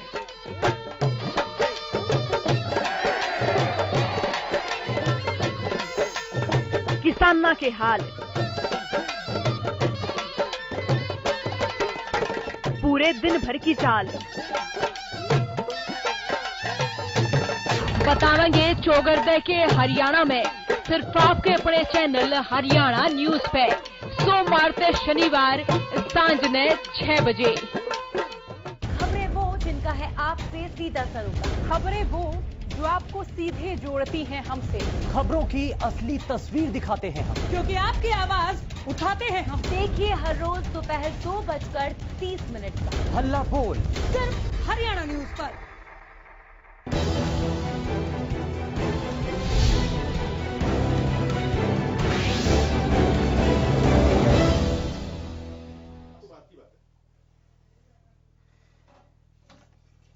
और वित्त मंत्री निर्मला सीतारमण जो कि आप तस्वीरों के जरिए देख रहे हैं, अब आगे बढ़ते हुए और अब बजट को लेकर के जिस तरीके से वो बताएंगी चीजें, क्या क्या इस बजट के अंदर उन्होंने आप शामिल किया है, किन किन सेक्टर पर इस बार ज्यादा फोकस रहा है, ये सभी तस्वीरें आप देख पा रहे हैं। दरअसल अब वित्त मंत्री निर्मला सीतारमण संसद भवन पहुंच चुकी हैं और अब जो पूरी तरीके से साफ होगा कि आखिर इस बजट के अंदर किन किन चीजों को शामिल किया गया है। जनता की बहुत सारी उम्मीदें हैं, बहुत सारे ये संभावनाएं इस दौरान जताई जा रही हैं कि बहुत बेहतर और इस बार का जो बजट है पूरी तरीके से फोकस्ड रहेगा और खास करके यहाँ हेल्थ सेक्टर का जिक्र इसलिए भी हो रहा है क्योंकि जिस दौर से हम गुजरे हैं उसमें इस दौर ने हमें सिखाया है कि हेल्थ सेक्टर पर ज्यादा फोकस देना बहुत हद तक जरूरी भी है, क्योंकि अभी तक इससे पहले तक ज्यादा उतना ध्यान नहीं दिया गया और यही एक बड़ा कारण रहा कि हमें शुरुआती दौर में जिस तरीके की मुश्किलात सामने आई, भारत ने हालांकि उसको फिर भी बेहतर स्थिति में देख करके उसको संभाला। लेकिन संसद भवन वित्त मंत्री निर्मला सीतारमण पहुंच चुकी हैं और इसको लेकर के तस्वीरें हमने आपको दिखाई और अब से कुछ ही देर में मोदी कैबिनेट की बैठक शुरू होगी और लगभग 10:15 बजे का समय जब ये बैठक शुरू होगी और पीएम मोदी की अध्यक्षता में ही ये बैठक की जाएगी और साथ ही साथ इस बैठक के जरिए नजर लगातार बनी हुई है और उसके बाद बजट जो है वो पेश किया जाएगा। लेकिन वहीं संसद भवन अब वित्त मंत्री निर्मला सीतारमण पहुंच चुकी हैं और अब से कुछ ही देर में कैबिनेट की बैठक शुरू होगी और प्रधानमंत्री नरेंद्र मोदी की अध्यक्षता में यह बैठक की जानी है। दरअसल इसको लेकर के लगातार हम आपको जानकारी से पहले भी दे रहे थे, 10:15 बजे के आसपास ये बैठक शुरू होनी है जिसमें कैबिनेट स्तर के जो मंत्री हैं वो भी इसमें शामिल होंगे और कुछ ही देर में मोदी कैबिनेट की ये बैठक अब शुरू होने जा रही है। लगभग 10:15 बजे का समय बताया जा रहा है और लगभग 11 बजे के आसपास वित्त मंत्री निर्मला सीतारमण अपना जो बजट है वो रखेंगी, बताएंगी कि क्या क्या चीजें इस बार के इस बजट में उनके द्वारा शामिल की गई हैं। और हालांकि अब उम्मीदें हर सेक्टर को हैं, हर सेक्टर की तरफ से एक आस है कि इस बार के बजट के जरिए उन पर एक विशेष निगाह रहेगी, क्योंकि बहुत हद तक बहुत सारी चीजें इससे प्रभावित हुई हैं। कोरोना संक्रमण का ये दौर, ये इसने बहुत कुछ हमें सिखाया है, बहुत कुछ हमें सीखने पर मजबूर भी किया है। हमने वो चीजें भी देखी हैं जो कि भारत में इससे पहले तक नहीं हुई थी, लेकिन भारत ने चुनौती उनको स्वीकार करते हुए उनको पूरा भी किया है। और साथ ही साथ यहां पर हम उन चैलेंजेस के बारे में भी बात कर रहे हैं जो कि हमारे पड़ोसी देशों के साथ जो हुए। चीन का इसमें जिक्र हो रहा है, इससे पहले भी हम इस बारे में बात कर रहे थे कि चीन के साथ जो तनातनी भारत की बनी, जो डिस्प्यूट रहा है, उसकी वजह से लोकल फॉर वोकल का जो नारा है वो पूरी तरीके से अब सार्थक क्या हो पाता है इस बजट के अंदर, उस पर कितना फोकस किया जाता है और छोटे छोटे उद्योगों को कैसे आगे बढ़ाने के लिए इस बार के बजट में इसमें चीजें शामिल की जाती हैं। वहीं आम लोगों को किस तरीके से इसमें उनके लिए क्या होता है, जो स्लैब है टैक्स स्लैब, क्या उसके अंदर बड़ा बदलाव किया जा सकता है, ये बहुत सारी चीजें हैं। जरा उनको समझ लेते हैं, उसको साझा कर लेते हैं। सभी मेहमान हमारे साथ लगातार कार्यक्रम में बने हुए हैं, लेकिन इस बीच हमारे साथ संदीप भटनागर जी कार्यक्रम में जुड़ चुके हैं। बहुत स्वागत है संदीप जी, आपका कार्यक्रम में से हैं और बाकी मेहमान भी लगातार हमारे साथ कार्यक्रम में बने हुए हैं। मैं जरा जल्दी से आगे बढ़ता हूं और कपिल जी, आप कुछ कहना चाह रहे थे ब्रेक पर जाने से पहले, जरा जल्दी से आप अपनी बात पूरी कीजिए, फिर उसके बाद मैं बाकी मेहमानों के पास आता हूं। जरूर, धन्यवाद।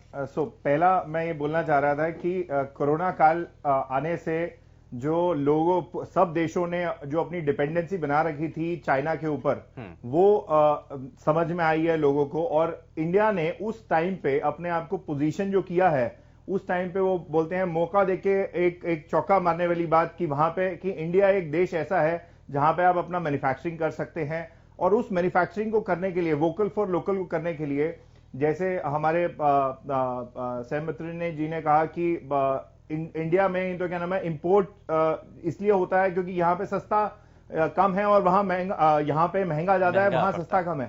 बट इसको पूरा करने के लिए सरकार जो है इस टाइम पे इंपोर्ट ड्यूटी बढ़ाएगी उन प्रोडक्ट्स पे, और इस तरीके से तो वो जो डोमेस्टिक मैन्युफैक्चरिंग कॉस्ट है वो कम करने के लिए वो इंसेंटिव लेके आ रही है। जैसे हेल्थ सेक्टर के ऊपर एक production link incentive, which is a major incentive for the entire country, India के लिए। ये इंसेंटिव लेके आने का रीजन ये है कि जो कॉम्पिटिटिवनेस है इंडियन प्रोडक्ट्स की, एपीआईज की, जैसे कहा कि बहुत सारे जो प्रोडक्ट मैन्युफैक्चरिंग के लिए बनते हैं उसकी कॉस्ट ज्यादा होती है, तो उस कॉस्ट को दूर करने के लिए उन्होंने इंसेंटिव दे रहे हैं in the form of production link incentive. तो ये जो स्कीम लेके आ रहे हैं, और ये स्कीम 10 इंडस्ट्रीज पे लेके आ रहे हैं, जो इंक्लूड करती है automobile sector, pharma sector, solar sector, technological products, textile, food products and other sectors as well. So ये सारी इंडस्ट्रीज को बूम करने के ऊपर बात की गई है इस बजट में, और इसको लेके आने के लिए कस्टम ड्यूटी का रेट कम किया जाएगा, ज्यादा कराया जाएगा, और डोमेस्टिक मैन्युफैक्चरिंग इससे बूम होगी। एंड साइमल्टेनियसली टॉय इंडस्ट्री की जो बात करी कि toy industry is one of the important industry in India, तो इसके ऊपर भी सरकार इस बजट में देखा जा सकता है कि कस्टम ड्यूटी का रेट यहां पे बढ़ा दिया जाएगा। ठीक है संदीप जी, मैं जरा जल्दी से रिएक्शन ले रहा हूं। और अब बजट पेश होने से पहले मार्केट के अंदर बहुत तेजी के साथ उछाल आया, 400 अंक की मजबूती यहां पर देखने को मिली है।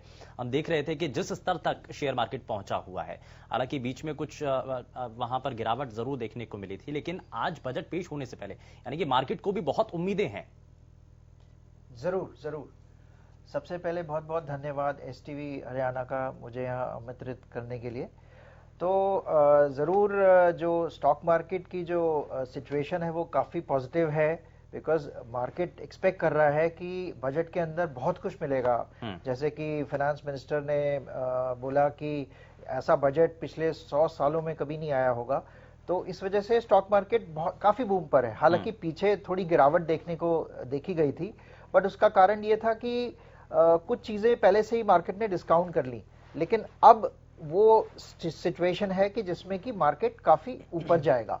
और इसका मेरे हिसाब से काफी आकलन इसलिए लगाया जा सकता है कि गवर्नमेंट जो है, जो मिडिल क्लास है, उसको काफी बेनिफिट इसको देना चाहिए, क्योंकि आप देखें कि अगर मैं इनकम टैक्स की बात करूं तो जो सेक्शन 80C है उसके अंदर हमारी लिमिट 1,50,000 की है, जो कि बहुत पुरानी है। मतलब आप ये देखिए कि 2003 में ये लिमिट सेट हुई थी 1 लाख के ऊपर, और 2014 में ये 1.5 लाख की गई थी, और जब से अभी तक ये लिमिट रिवाइज नहीं करी गई है। और इन्फ्लेशन आप देख ही रहे हैं कि कितनी ज़्यादा होती जा रही है, हर साल 5, 6, 7% तक की इन्फ्लेशन है। और अगर इस रेट को हम देखें, जो 80C की जो लिमिट है ये 3% एनुअली बढ़ी है सालों साल, अगर इसको हम कैलकुलेट करें। तो इसलिए बहुत बहुत उम्मीदें हैं कि ये लिमिट को गवर्नमेंट ज़रूर इंक्रीज करेगी, ताकि लोगों को, मिडिल क्लास को और इंडिविजुअल टैक्स पेयर्स को राहत मिले। लेकिन रोजगार को लेकर के मोहित एक बार बार बड़ा सवाल बनता है कि रोजगार कैसे नए सृजित की जाए, कैसे हम बेरोजगारी दर जो अब बहुत हमने देखा, और संक्रमण के दौर में तो हमने देखा कि बहुत पीक पर थी, 25 के आसपास, लगभग 23 के ऊपर पहुंच चुकी थी। तो हालांकि धीरे धीरे वो ठीक भी हुआ है सिस्टम, लेकिन अभी भी बेरोजगारी को लेकर के एक बड़ा जो चुनौती है वो सरकार के सामने है। रोजगार नए सृजित कैसे किए जाए, ये एक बड़ा फैक्टर रहेगा। कैसे कंपनियों को इस चीज के लिए प्रोत्साहित किया जाए, जिन लोगों की नौकरी चली गई कैसे वापस उनको कंपनियों तक पहुंचाया जाए, कैसे उनको रोजगार दिया जाए। देखिए ऐसा है जी, मैंने पहले ही बताया कि आज का बजट तो इकोनॉमिक वैक्सीन होगा, और इकोनॉमिक वैक्सीन को अगर देखा जाए तो इसमें एम्प्लॉयमेंट सरकार के लिए सबसे बड़ी चैलेंजिंग सिचुएशन है कि रोजगार देना। और रोजगार के साथ साथ बहुत सारे और भी चैलेंज, जैसे राहुल जी ने बताया कि हेल्थ इंफ्रास्ट्रक्चर को भी बहुत बड़ा चैलेंज है।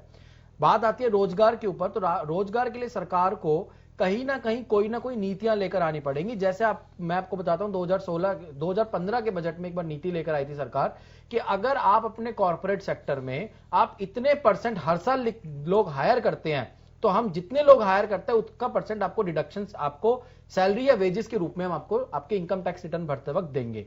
पहली बात, सरकार को ऐसा ही सेम एक डिडक्शन दोबारा लाने की जरूरत है कि जो जितनी ज्यादा न्यू एम्प्लॉयमेंट देगा, जितना भी कॉर्पोरेट सेक्टर होगा, जो भी इंडस्ट्रियलिस्ट होगा, जो भी इंडिया का होगा, डोमेस्टिकली होगा, जो और चाहे माइग्रेटेड फ्रॉम फॉरेन होगा, अब्रॉड से भी आए हुए जो इंडिया में बैठे काम कर रहे हैं, अगर वो भारतीय लोगों को रोजगार देते हैं तो उनको सरकार को डिडक्शन की फॉर्म में रोजगार ज्यादा देने के लिए सरकार को कहीं ना कहीं इनकम टैक्स में अपने साथ रियायत देनी पड़ेगी। दूसरी बात, सरकार ने 20 लाख रुपए का पैकेज कोरोना के टाइम पे अनाउंस किया हमारी वित्त मंत्री जी ने, जिसमें उन्होंने रिफंड को भी पैकेज में मान दिया गया कि 20 लाख रुपए में आपका जो इनकम टैक्स रिफंड है वो भी उसका पार्ट बनेगा।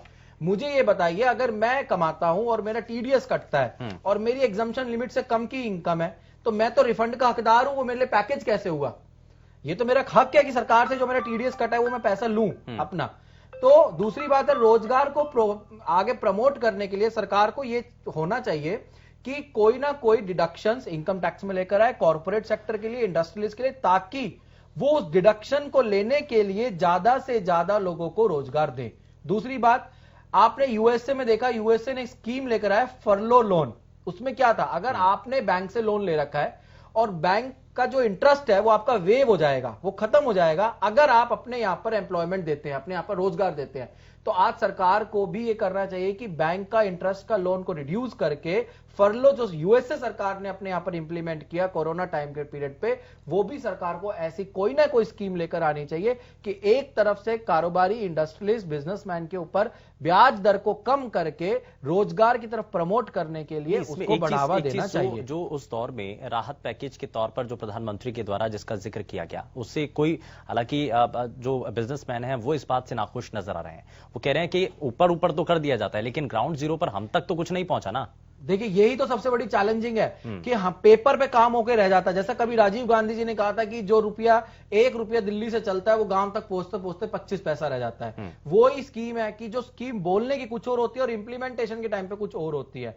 इसमें आपको बिल्कुल ट्रांसपेरेंट पॉलिसी लाने की जरूरत है। लेकिन अब वो वाली सिचुएशन तो नहीं है ना कि अगर ₹1 भेजा तो ₹1 पहुंचेगा बैंक में, लेकिन ₹1 कब चलेगा वहां से, कब भेजा जाएगा, ये बड़ा सवाल है। आप एक बात बताइए, भूख तो मुझे आज लग रही है ना, कल मैं कहीं भी जाके खा सकता हूं। जब किसी बंदे को भूख आज है तो उसके लिए आज चाहिए। सबसे बड़ी बात है प्रेजेंट टाइम पे, फ्यूचर में नहीं चाहिए। आज सरकार जब बनती है तो वोट आज मांगती है, ये नहीं कहती आप 5 साल में हमको कभी वोट दे देना।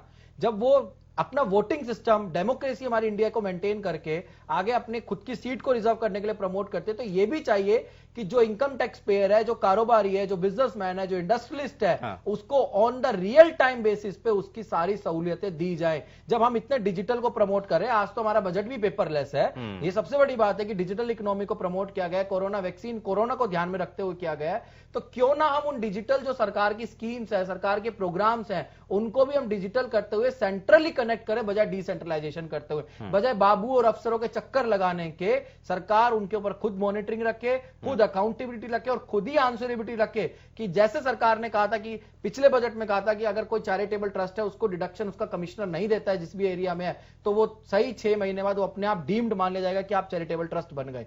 ऐसा ही सरकार को आज चाहिए कि अगर कोई भी कहीं भी कोई फाइल अटकती है और वो ग्राउंड बेसिस बिल्कुल उसका बिल्कुल ट्रांसपेरेंट और परफेक्ट है, तो वो ऑन एन अकाउंटिंग बेसिस अपने आप ही वो चीज अपने आप बन जाए। तो रोजगार को प्रमोट करने के लिए सरकार को एम्प्लॉयमेंट अपॉर्चुनिटीज डेवलप करनी पड़ेगी। जो पिछला तबका सेक्टर है, रूरल एरियाज है, उसमें इंडस्ट्रीज लानी पड़ेगी। बिल्कुल, और ये हम तस्वीरें भी दिखा रहे हैं अपने सभी दर्शकों को। वित्त मंत्री निर्मला सीतारमण जब राष्ट्रपति से मिली हैं और उन्होंने बजट की जो कॉपी है वो यहां पर सौंपी है, और यहां पर अनुराग ठाकुर भी हैं तस्वीरों के जरिए, अधिकारीगण भी उनके साथ मौजूद है, उनका पूरे जो टीम है वो सभी इस दौरान मौजूद रहे हैं। लेकिन जरा आगे बढ़ते हैं राहुल जी, मैं जरा इस बात पर जैसा कि कहा जा रहा है कि 1 रुपया अगर पहले भेजा जाता था तो वो 25 पैसे तक ही पहुंचेगा, ये अपने आप में बड़ा सवाल था। लेकिन जो ट्रांसपेरेंसी की गई है, ऑनलाइन सिस्टम जो किया गया है, कम से कम अब हम उस स्थिति में नहीं है कि हम इस बात की शंका रखें कि 1 रुपया भेजा तो 25 पैसे पहुंचेंगे। 1 रुपया अगर भेजा है तो 1 रुपया ही पहुंचेगा, लेकिन कब भेजा जाएगा ये बड़ा सवाल रहता है। बिल्कुल, देखिए ट्रांसपेरेंसी इस सरकार ने 2014 से बहुत बढ़ाई है, अकाउंटेबिलिटी भी बढ़ाई है। जो पहले सामान नहीं पहुंचता था, डिजिटलाइजेशन से आज डायरेक्ट कैश बेनिफिट जो है लोगों को वो बैंक में पहुंच जाता है। अब उससे इकोनॉमी, रूरल इकोनॉमी को स्ट्रेंथन करना इसलिए जरूरी है क्योंकि जैसी मध्यम क्लास में पैसा आता है वो बैंक में इन्वेस्टमेंट में चला जाता है, जैसी पैसा रूरल के आदमी के पास आता है वो खर्चे में जाता है, जिससे इकोनॉमी बढ़ती है। इसीलिए दर्शकों को यह समझना जरूरी है कि बार बार सरकार उस रूरल तबके में पैसा हाथ में देना चाहती है जिससे इकोनॉमी किक स्टार्ट हो, क्योंकि डिमांड होगी तो सप्लाई होगी और सप्लाई होगी तो मैन्युफैक्चरिंग यूनिट्स लगाई जाएंगी। इसीलिए बहुत बार सरकार जो बजट में आपको घोषणाएं करती है वो मिडिल क्लास को लगता है कि उसके हित में नहीं है, बट अल्टीमेटली जब पूरा इकोनॉमी चलती है तो इकोनॉमी का सबसे बड़ा बेनिफिट मिडिल क्लास ही उठाता है और जो टैक्स पेयर है वो उठाता है, क्योंकि रोजगार बढ़ता है, उससे एम्प्लॉयमेंट जनरेट होता है, बिजनेसेस चलते हैं और सबकी आमदनी बढ़ती है। तो इस किक स्टार्ट करने के लिए इंजन जो है वो रूरल इकोनॉमी है, क्योंकि आज भी हम 72% हमारी एग्रीकल्चर डिपेंडेंट इकोनॉमी है। जब बंपर क्रॉप होती है उसी समय व्हाइट गुड्स की डिमांड बढ़ जाती है, इकोनॉमी में किक स्टार्ट होता है और लोगों को बेनिफिट मिलता है। तो इसीलिए हमारे को यह भी देखना जरूरी है कि पारदर्शिता के साथ में पिछले कुछ सालों में, पिछले 6 सालों में ट्रांसपेरेंसी बढ़ी है, अकाउंटेबिलिटी बढ़ी है। अब कोरोना काल में जब पैसा मिडिल क्लास से हटके शायद थोड़ा रूरल में जाएगा तो इस साल भी इकोनॉमी किक स्टार्ट होगी, ऐसा मानना हमारे लिए जरूरी है और यही देखा जाएगा। ठीक है, यहां पर बात इसलिए मैं आगे किसानों की भी करूंगा, लेकिन उस पर बात करूं, लेकिन उससे पहले हमारे संवाददाता राजा पटेल भी हमारे साथ जुड़ चुके हैं। राजा, वित्त मंत्री निर्मला सीतारमण जो कि अब आगे बढ़ चुके हैं और इससे पहले हमने तस्वीरें भी अपने सभी दर्शकों को दिखाई, राष्ट्रपति को उन्होंने कॉपी इस दौरान दी है। कैबिनेट की बैठक अब शुरू होने वाली है, क्या इसको लेकर के अभी जानकारी मिल रही है राजा? जी बिल्कुल, देखिए सुबह जिस तरीके से मैं बताऊं आपको कि जो वित्त मंत्री हैं उन्होंने साफ तौर पर अब राष्ट्रपति से मंजूरी ले ली है। राष्ट्रपति भवन में कहीं ना कहीं वित्त मंत्री मौजूद थी, पर मैं आपको बता दूं आपसे कुछ देर में वो संसद भवन पहुंची और जिस तरीके से 10:15 पर जो कयास लगाया जा रहा है, मीटिंग शुरू हो जाएगी और मीटिंग के बाद जिस तरीके से 11 बजे कहीं ना कहीं बजट पेश कर दिया जाएगा। जी चलिए ठीक है, बहुत शुक्रिया राजा इस पर जानकारी देने के लिए। मैं जरा जल्दी से एक एक्शन ले लेता हूं, मोहित जी कुछ कहना चाह रहे हैं, फिर उसके बाद बाकी मेहमान। देखिए, जो राहुल जी ने कहा मैं बिल्कुल मानता हूं कि पिछले 6 सालों में ट्रांसपेरेंसी बढ़ी है, काम बहुत जल्दी होने लगे हैं, अकाउंटेबिलिटी सरकार की बढ़ी है। बट मैं आपको एक एग्जांपल देना चाहता हूं कि जैसे सरकार ने एलपीजी सिलेंडर के टाइम पे किया कि सरकार ने एलपीजी कहा कि आपकी जो सब्सिडी होगी डायरेक्ट आपके अकाउंट में आएगी, बहुत बढ़िया आपके अकाउंट में आएगी, मैं मानता हूं। आप ये बताइए, आप डाटा उठा के देखिए, आप सारे डाटा देखेंगे तो पहले सरकार क्या करती थी, सब्सिडी का 200 रुपए आपके अकाउंट में डालती थी और उधर प्राइस वही रखती थी। बट आज क्या है, सरकार 7 रुपए सब्सिडी का डालती है। यानी कि वो मेन तो उनका मंशा क्या थी कि आज जब सिलेंडर वाला आपके घर पे सिलेंडर लेने आएगा तो आपको 750 रुपए तैयार रखने हैं, और वो 750 रुपए का जो बैलेंस था सब्सिडी का वो आपके अकाउंट में आता था। सरकार ने 750 रुपए तो नहीं लाए, बट जो सब्सिडी का पैसा अकाउंट में आता था वो रिड्यूस करती चली गई।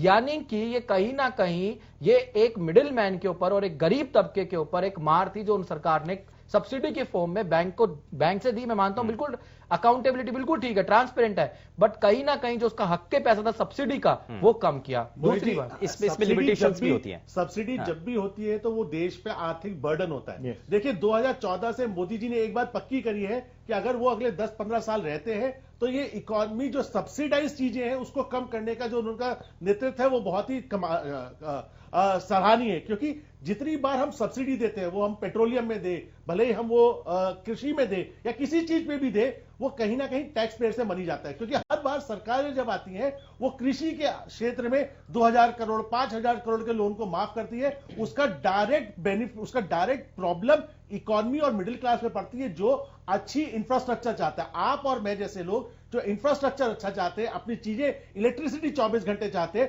सबके देश में अपने अपने पैमाने हैं। इंडस्ट्रियलिस्ट, कैपिटलिस्ट जो आदमी है वो इंडस्ट्री लगाना चाहता है, मिडिल क्लास आराम से रहना चाहता है, और गरीब आदमी मिडिल क्लास में एंटर करना चाहता है। तो इन तीनों तबकों को ध्यान में रखते हुए सब्सिडी तो इसीलिए बड़ा सवाल होता है, महंगी गाड़ी होती है, बंगला होता है और सब्सिडी भी चाहिए। राइट राहुल, देखिए सबसे बड़ी बात है कि जब कोरोना वैक्सीन की बात चलती है कि हमें फ्री मिलनी चाहिए, जो लोग अफोर्ड कर सकते हैं उनको अपने हक का देना चाहिए, ताकि और मैं माफी के साथ रोकना चाहूंगा सर, मैं राहुल जी वापस लौटूंगा, लेकिन प्रधानमंत्री नरेंद्र मोदी अब कैबिनेट की बैठक के लिए आगे जा रहे हैं और अब जो कि 10:15 बजे का समय है, उसको लेकर के 10:18 हो चुके हैं। हालांकि समय तो आगे बढ़ चुका है, लेकिन प्रधानमंत्री जो कि अब कैबिनेट मीटिंग के लिए आगे बढ़ रहे हैं और कैबिनेट की बैठक होगी जिसमें सभी चीजों को शामिल किया जाएगा और उसके बाद वित्त मंत्री निर्मला सीतारमण जो कि बजट पेश करेंगी। और यहां हम लगातार तस्वीरें अपने सभी दर्शकों को दिखा रहे हैं। वापस जरा लौटते हैं चर्चा पर। मैं जरा जल्दी से एक रिएक्शन हिमांशु जी से भी लेना चाहता हूं, मैं उसके बाद मैं कपिल जी आपके पास भी आऊंगा। हिमांशु जी, ये बार बार कहते हैं कि हर एक सेक्टर, चाहे उसको जहां जरूरत है वहां पर उसको सब्सिडाइज करना, उसको सब्सिडी देना, वो समझ में आता है, लेकिन जो पहले से स्टेबल है उसको अगर हम फिर भी सब्सिडी देते रहें, ये बड़ा अच्छा पॉइंट राहुल जी ने उठाया है कि हम अब आत्मनिर्भर बनाने की जरूरत है, यहां पर स्टैंड करने की जरूरत है। आप खड़ा करिए ना, बार बार आप उसको सपोर्ट दे रहे हैं, आप उसको चलने तो दीजिए ना। जी, मैं तो एक ही छोटी सी बात कहना चाहूंगा, सरकार पहले लॉलीपॉप दिखाती है, उसके बाद वो छीन लेती है। सब्सिडी तो वही चीज हुई और वो सब्सिडी घटाना वही चीज हुई। हाँ, वो मैं बात से सहमत हूं कि जो अफोर्ड कर सकता है वो सब्सिडी छोड़ दे। मैंने भी अपनी सब्सिडी छोड़ी थी, प्रधानमंत्री जी ने कहा था आत्मनिर्भर बनिए और जो आप डिजर्व करते हैं, अगर आप सब्सिडी डिजर्व करते हैं तो लीजिए, नहीं तो आप छोड़िए। मैंने छोड़ दी थी क्योंकि मैं डिजर्व नहीं करता था, मुझे पता है कि मैं पे कर सकता हूं, बट ऐसे बहुत लोग हैं, मेरे नॉन में ऐसे बहुत लोग हैं और व्यापारी वर्ग में तो काफी है। बट एक चीज मैं कहना चाहूंगा, सरकार बहुत बार सब्सिडी देती रहती है कभी किसी चीज पे, या जो छोटा वर्ग है वो ऊपर उभरना ही नहीं चाहता, वो टैक्स पे ही नहीं करना चाहता। अगर वो टैक्स पे करेगा उसके दसियों झंझट बढ़ेंगे। जैसे हम ही व्यापारी वर्ग है, हमारे पीछे दसियों टैक्स खड़े हुए हैं। अब यही दिखता है खाली जीएसटी एक टैक्स आ गया, बट उसके पीछे भी दसियों लोग हैं, हमारे खर्चे भी बहुत होते हैं, हमारे दुकानों का किराया है। अब मोदी जी ने कोरोना काल में कहा था कि आपको किराया देने की कोई जरूरत नहीं है एंड एम्प्लॉइज को आप तनख्वाह दीजिए, बट व्यापारी ने तनख्वाह दी। एंड गवर्नमेंट सेक्टर का आप कोई भी टैक्स लगा लीजिए, चाहे प्रॉपर्टी टैक्स है, कोई भी टैक्स है, गवर्नमेंट ने क्यों नहीं छोड़ा वो। आप अगर इकोनॉमी के ऊपर कहते हैं कि इकोनॉमी के जो 20 लाख करोड़ का पैकेज था वो इकोनॉमी के लिए हम ही लोगों का पैसा था ना, जो गवर्नमेंट ने हम ही के ऊपर खर्चा, बट वो दिखाई नहीं दिया कहीं भी। एंड गवर्नमेंट लगातार हमसे टैक्स लिए जा रही है। आप प्रॉपर्टी टैक्स ले लीजिए या फिर मैं कमेटी का टैक्स कहूं, वो चीजों का टैक्स ले लीजिए, गवर्नमेंट ने टैक्स कहां छोड़ा। या आप ये कह लीजिए हमें अपने एम्प्लॉयज को पे करना पड़ा एंड वो लोग, अगर मैंने थोड़ी सी भी उनकी तनख्वाह काटी या कुछ करी तो वो लोग सीधा कहते हैं थाने में ले जाएंगे, मोदी जी ने तो कहा है, और मोदी जी कहने के बाद चुप हो गए। और जब हम लोगों ने आवाज उठाई कि गवर्नमेंट तो टैक्स ले रही है एंड गवर्नमेंट ने तो हमारी जो ब्याज है वो उसकी डेट बढ़ाई है, ना कि ये कि ब्याज माफ कर दिया। तो उस चीज का हम पैसा कहां से लाएंगे? और हमने बीच में अपना पैसा भी दिया। चैलेंजेस रहे हैं, बहुत बड़ी ये परेशानी रही है। कपिल जी कुछ कहना चाह रहे थे? जैसे मेरे सहम मित्रों ने कहा कि तो सब्सिडी देना यस इट इज, ये सबसे बड़ा आसान काम है। और जीएसटी का रेट, जहां तक मैं बात करूं, जैसे हेल्थ सेक्टर की अगर हम बात कर रहे हैं, तो इस बार जीएसटी में हेल्थ सेक्टर में कुछ प्रोडक्ट्स पे रेट कम हो सकता है। और दूसरा, उसके साथ में जो कुछ प्रोडक्ट्स थे जिनके ऊपर जीएसटी का रेट 0% था, उसको सरकार 0 रेट में लेके आएगी। 0 रेट का मतलब है कि अगर आप अब उस प्रोडक्ट्स को इंडिया में ही बेचेंगे तो उसमें आपको बेनिफिट वैसे मिलेगा जैसे आपको एक्सपोर्ट में बेनिफिट मिलता है। तो आपके लिए कोई भी चीज पे जीएसटी का रेट 0 करना, ये सबके ऊपर, एंड कंज्यूमर के ऊपर बर्डन है, क्योंकि वो पुरानी जो चेन चलती आ रही है कोई प्रोडक्ट खरीदने की, उसके ऊपर जो जीएसटी का रेट इनपुट होता है वो उसके लिए कॉस्ट बन जाती है। तो जहां पे प्रोडक्शन कॉस्ट बढ़ जाती है, मार्जिन कम हो जाता है। तो किसी भी प्रोडक्ट के ऊपर मिनिमम रेट लेके आना, इससे जीएसटी का बेनिफिट है, आम आदमी के लिए बेनिफिट है, क्योंकि कॉस्ट कम होती है। तो हेल्थ सेक्टर के ऊपर 0 रेट का एक उम्मीद है इस बजट में, जिससे वो एक पैरिटी आएगी। जैसे वो हिंदुस्तान में अगर किसी को बेचेगा तो उसको वही बेनिफिट मिलेगा, चाहे जैसे वो अंतरराष्ट्रीय दर पे बेचे। तो बेसिकली आरएनडी को बढ़ावा देने का सरकार की इस बार मंशा है कि हेल्थ केयर में आरएनडी को बढ़ाया जाए। आपके जो लोकल प्रोडक्ट्स बनते थे, जो आप बाहर से लाते थे, जैसे हम बहुत सारे देखते हैं कि फोनों की कंपनीज को सरकार इंसेंटिवाइज देती है कि वो इसी देश में असेंबल करे और फैक्ट्रीज लगाए। उसी प्रकार से वो बड़ी वेंटिलेटर हो या मॉनिटर हो। ये एक अहम जानकारी अपने सभी दर्शकों को दें कि संसद भवन में अब मोदी कैबिनेट की बैठक अब शुरू हो चुकी है। इससे पहले हमने अपने सभी दर्शकों को तस्वीरें दिखाई कि प्रधानमंत्री नरेंद्र मोदी जो कि अब संसद भवन के अंदर पहुंच रहे थे, लेकिन अब संसद भवन में कैबिनेट की जो बैठक है वो अब शुरू हो चुकी है। वापस से जरा चर्चा पर लौटते हैं। राहुल जी कुछ कहना चाहते हैं, उसके बाद मैं रिएक्शन लेता हूं। तो इसीलिए आरएनडी को, जैसे उन्होंने कहा, आरएनडी को बढ़ावा मिलना बहुत ज्यादा जरूरी है, क्योंकि innovation will be the cornerstone. जैसे जैसे हम इनोवेट करेंगे वैसे बाकी देशों का भी हमारे पे विश्वास बढ़ेगा और एक्सपोर्ट्स बढ़ेंगे। देखिए, एक इनवर्ड इकोनॉमी है जो 135 करोड़ लोग, बहुत बड़ी इकोनॉमी है जिसको हम एक लेवल तक ले जा सकते हैं। अगर 11% की मंशा तक हमें जाना है तो हमारे को देश में आत्मनिर्भर के साथ में वर्ल्ड को भी हमारे पे निर्भर होना जरूरी है। तभी हम वो 11% की इकोनॉमी का उद्देश्य जो है, लक्ष्य जो है, वो पा पाएंगे। इसीलिए सरकार ये कह रही है कि जो भी आप आरएनडी करें उसमें हम टैक्सेशन कम लेंगे। इसीलिए वो एपीआई सेक्टर को बढ़ावा दे रही है, सो दैट हम अफ्रीका की बहुत बड़ी नीड को फुलफिल कर पाए। वो भली एचआईवी ड्रग हो, हम अगर 1990 का दशक देखें जहां पे सिप्ला जैसी कंपनियों ने और रेमडेसिविर जैसी कंपनियों ने एचआईवी की मेडिसिन देके अफ्रीका में बहुत बड़ी क्रांति लाए थे, उसी प्रकार से देश शायद आगे बढ़ रहा है इस बार कि एपीआई सेक्टर को बढ़ावा देके हम वर्ल्ड की नीड्स को पूरा कर पाए। मैं जरा संदीप जी से रिएक्शन लूं, और मैं मोहित जी कुछ कहना चाह रहे हैं, मैं उनसे भी पूछूं। लेकिन एक आम लोगों के मन में एक सवाल है आज बजट को लेकर के। मैं शुरुआत में आपसे बात भी कर रहा था कि कोरोना वैक्सीन क्या मुफ्त में आम लोगों को मिलेगी? कोरोना वैक्सीन आपको बार बार मैं ये कह रहा हूं कि मुफ्त की बात ना करे, जिसको जरूरत है उसको फ्री में दे सरकार, और अपने एजेंडास को, क्योंकि सिर्फ एक फ्री की देश में व्यवस्था जो है उसको कम करना जरूरी है। ये दर्शकों को जानना जरूरी है। वो 200 रुपए की वैक्सीन है, अगर आपके घर में 5 लोग भी हैं तब भी 2000 रुपए से ज्यादा खर्चा नहीं आएगा। सरकार ने भारत बायोटेक और सीरम इंस्टीट्यूट के साथ ऐसा पैक्ट किया है। सीरम इंस्टीट्यूट भले ही कहता है कि वो 1000 रुपए में बेचेगा, बट आगे आने वाले में डॉक्टर रेड्डीज और स्पुतनिक की वैक्सीन आ रही है, जॉनसन की वैक्सीन आ रही है। जैसे जैसे इंडस्ट्री खुलेगी, वैक्सीनेशन का प्रोडक्शन बढ़ेगा, तो शायद 200 या 300 से ज्यादा की उसकी कीमत नहीं होगी। तो हमें फ्री में ना जाए, क्योंकि सरकार के लिए 135 करोड़ लोग इंटू 200 इंटू 400 करना बहुत मुश्किल होता है, पर इंडिविजुअल के लिए 400 कर देना आसान होता है। तो इसलिए देश पे बर्डन ना बढ़ाए और ये विश्वास रखे कि कोरोना वैक्सीन ऑलरेडी सब्सिडाइज्ड है और वो आपको बचा के रखेगी। ठीक है, मैं जरा संदीप जी से रिएक्शन लेता हूं। बिल्कुल सहमत करूंगा हमारे को पैनलिस्ट से, बिकॉज ये जो सब्सिडाइज करना ये बहुत बड़ा बर्डन है। और हालांकि मैं इस चीज से भी सहमति रखता हूं कि जो हेल्थ सेक्टर है उसको बढ़ावा मिलना चाहिए, क्योंकि ऑलमोस्ट आप ये देखिए कि इंडिया का जो हेल्थ सेक्टर है उस पे जो गवर्नमेंट का स्पेंड है वो अराउंड 1% है जीडीपी का, जिसको कि जो बाकी इमर्जिंग इकोनॉमीज है उससे काफी कम है। तो इसलिए बहुत जरूरी है कि इसको बढ़ावा दिया जाए और हेल्थ सेक्टर पे ज्यादा से ज्यादा फोकस किया जाए, ना कि सब्सिडाइज करने पर, क्योंकि सब्सिडी जैसा कि इन्होंने बोला कि बर्डन है।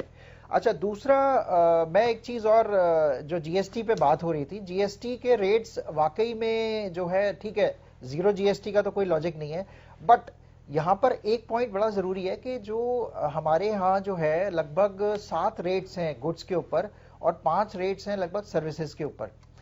ये एक बहुत ही कॉम्प्लिकेटेड स्ट्रक्चर है हमारा जीएसटी का। तो अब देखिए 2017 में ये जीएसटी आया था, तो अब काफी समय आ गया है कि इस जीएसटी के रेट्स को काफी रैशनलाइज किया जाए, और ग्लोबली जो है ये ऑलमोस्ट 3 रेट्स जीएसटी के चलते हैं। तो इसी तरीके का कुछ स्ट्रक्चर गवर्नमेंट को सोचना चाहिए। उसमें ये जरूर है कि जैसे जो R&D सेक्टर है उस पे जीएसटी का रेट कम हो, कुछ जो सेक्टर्स हैं जो लग्जरियस सेक्टर हैं उस पे ऑलरेडी ज्यादा है और उस पे जीएसटी का रेट ज्यादा होना चाहिए, लेकिन रेट्स को इस तरीके से रैशनलाइज करना चाहिए कि ये सिस्टम जो है थोड़ा सा कॉम्प्लिकेशन इसमें कम हो और कॉम्प्लेक्सिटी कम हो, तो ज्यादा से ज्यादा लोग आगे आएंगे जीएसटी देने के लिए। उनको लगेगा कि हाँ ठीक है, अगर मुझे अच्छा सवाल था, क्योंकि हिमांशु जी ने भी यही कहा था कि लोग ये डर जाते हैं कि अगर मैं टैक्स पे कर रहा हूं तो कहीं ऐसा तो नहीं कि मैं किसी जाल में फंस जाऊं। तो ये बड़ा सिंप्लीफाई करने की जरूरत है मोहित जी, मैं उसके बाद आता हूं। सर, जैसे राहुल जी ने कहा था कि सब्सिडी जो है एक आर्थिक बर्डन है, मैं मानता हूं कि सरकार के ऊपर आर्थिक बर्डन है कि जब हम अपनी सब्सिडी छोड़ते हैं और सरकार उसको मल्टीप्लाई करते हैं तो उसके लिए बहुत बड़ा सम बन जाता है देखा जाए तो। बट मैं कहता हूं जब पेट्रोल मंत्रालय वित्त मंत्रालय से कहता है कि हमको जीएसटी में आना है, तो आप क्यों नहीं लेकर आते सब्सिडीज उसको, एलपीजी को और पेट्रोल को, डीजल को। मैं रेवाड़ी में रहता हूं, मेरे रेवाड़ी में पेट्रोल 84 रुपये है और 10 किलोमीटर बाद जाते राजस्थान में 100 रुपये है। आप बताइए 16 रुपये स्टेट गवर्नमेंट को जा रहा है। आप उसको रैशनलाइज कीजिए ना, जब आपने जीएसटी लेकर आए, आपने कहा ट्रांसपेरेंट लेकर आएंगे, क्लियर लेकर आएंगे, रैशनलाइजेशन में लेकर आएंगे, तो आप तो टाइम आ चुका है जब आपको स्टेट गवर्नमेंट खुद लिख कर कह रही हैं कि आप लेकर आइए, जबकि सबसे ज्यादा जो सेंट्रल गवर्नमेंट है उसकी सबसे ज्यादा शासित प्रदेश देश है। तो फिर तो बहुत बड़ी आसान काम है कि जब प्रदेश जो उनके खुद के हैं उनसे कहकर वो उसको जीएसटी में लेकर आ सकते हैं ना। आप बताइए, इंडस्ट्री है डीजल से चलती है, सारी तो सीएनजी से नहीं चलती, सारी एलपीजी से नहीं चलती, मोस्टली इंडस्ट्रीज डीजल से चलती है। जब डीजल को आप कम कर देंगे और जबकि इंटरनेशनल प्राइस आपके कम है क्रूड के, और उसके ऊपर tax on tax and tax cascading effect आप लगाए जा रहे हैं, तो मेरा मानना है कि इस बजट में निर्मला सीतारमण जी को, हमारी वित्त मंत्री जी को, जीएसटी में पेट्रोल के जितने भी प्रोडक्ट्स हैं, चाहे वो फॉर्म प्रोडक्ट है, बाय प्रोडक्ट है, डीजल है, पेट्रोल है, क्रूड ऑयल है, एलपीजी है, कुछ सीएनजी है, सबको इसमें जितना पेट्रोलियम मंत्रालय जो प्रोडक्ट्स को देखता है उसको आज टाइम आ गया है कि अगर हमें महंगाई को कम करना और 11% जीडीपी को अगर अचीव करना है तो आपको अपना पेट्रोलियम प्रोडक्ट जितना भी वो सब जीएसटी में लेकर आना पड़ेगा, जिससे आपका इंडस्ट्रियलिस्ट का जब उसका जो कॉस्ट मैन्युफैक्चरिंग है वो कम होगा, जब वो कम होगा तो उसका सेलिंग प्राइस कम होगा, और सेलिंग प्राइस कम होगा तो डिमांड बढ़ेगी, सप्लाई बढ़ेगी, और आपकी इकोनॉमी जो आपने फोरकास्ट किया कि 11% अचीव करेगी, वो कोई बहुत टाइम नहीं लगेगा उसको अचीव करने में। बट हमें आज का वक्त है कि हमें रैशनलाइजेशन टैक्स स्ट्रक्चर में करने की बहुत बड़ी जरूरत है। कपिल जी, आखिर ऐसा संभव क्यों नहीं हो पा रहा है? अगर उसको अगर हम शामिल करें तो क्या कारण है? इस बार के बजट में पेट्रोलियम प्रोडक्ट्स को ऐड करने का एक सुझाव है, और देखा जा सकता है कि पेट्रोलियम, जहां तक बात पेट्रोलियम प्रोडक्ट्स को ऐड करने की है, तो एक जीएसटीएन काउंसिल हर एक स्टेट का है, तो उसके अंदर एक फाइनेंस मिनिस्टर पार्ट है जो एक कॉन्स्टिट्यूट होता है जीएसटी काउंसिल। ये सिर्फ किसी भी एक स्टेट अगर रिजेक्ट करता है, बहुत ऐसे कुछ स्टेट्स आज भी ऐसे हैं जो बीजेपी विनिंग स्टेट्स नहीं है, so that makes one of the sector की जिसमें पेट्रोलियम प्रोडक्ट्स को इसलिए ऐड नहीं किया जा रहा है। हाँ, मैं इस बात से बिल्कुल सहमत हूं कि पेट्रोलियम प्रोडक्ट्स को ऐड करने से जीएसटी के अंदर बहुत सारे बेनिफिट्स होंगे, क्योंकि आज अगर पेट्रोलियम सेक्टर वैट सेक्टर में है तो उसका जो भी कॉस्ट वैट दिया जाता है, क्योंकि फाइनल प्रोडक्ट आज पेंट बन रहा है, पेंट इंडस्ट्री जो है वो इसके लिए बहुत सबसे ज्यादा इसको दिक्कत होती है, क्योंकि वो लेती जो प्रोडक्ट है, रॉ मटेरियल है, उसके ऊपर वैट दिया जाता है, और जो फाइनल प्रोडक्ट होता है उसके ऊपर जीएसटी दिया जाता है, तो उसके लिए वो कॉस्ट बढ़ जाती है। ऐसे बहुत सारे सेक्टर्स हैं। सो पेट्रोलियम अगर इसके अंदर आ जाएगा तो GST will become one of the revenue contributing sector for the into the petroleum industry. ठीक है, अब जरा उस विषय पर भी बात कर लेते हैं, क्योंकि जो देश का बैकबोन है एग्रीकल्चर सेक्टर के बारे में हम यहाँ पर जिक्र कर रहे हैं। संदीप जी, क्या इसमें आपको लग रहा है कि कुछ कृषि सुधार को लेकर के इस बजट के जरिए कोई ऐसा महत्वपूर्ण कदम उठाया जा सकता है? क्योंकि एजिटेशन चल रहा है, प्रोटेस्ट लगातार किया जा रहा है, किसानों के द्वारा मांग रख रहे हैं, और तीनों जो लॉ हैं उनको वापस लेने की बात है सीधे सीधे। तो क्या इस बजट के जरिए कुछ ऐसा किया जा सकता है जिससे किसान खुश भी हो जाए और ये भरोसा बन पाए कि सरकार किसानों के लिए बहुत कुछ कर रही है?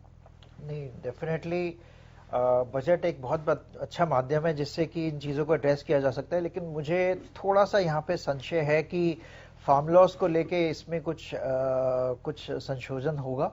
लेकिन हाँ, ये है कि जो एग्रीकल्चरल का एलोकेशन है, जो बजट का एलोकेशन होता है एग्रीकल्चर की तरफ, उसमें ज़रूर बढ़ोतरी हर साल होती आई है और इस साल भी होगी, बिकॉज हमारा देश का अन्नदाता है किसान, तो उसी के थ्रू हमें सब कुछ मिलता है और हमारी जो इकॉनमी है वो चलती एग्रीकल्चर की वजह से ही है।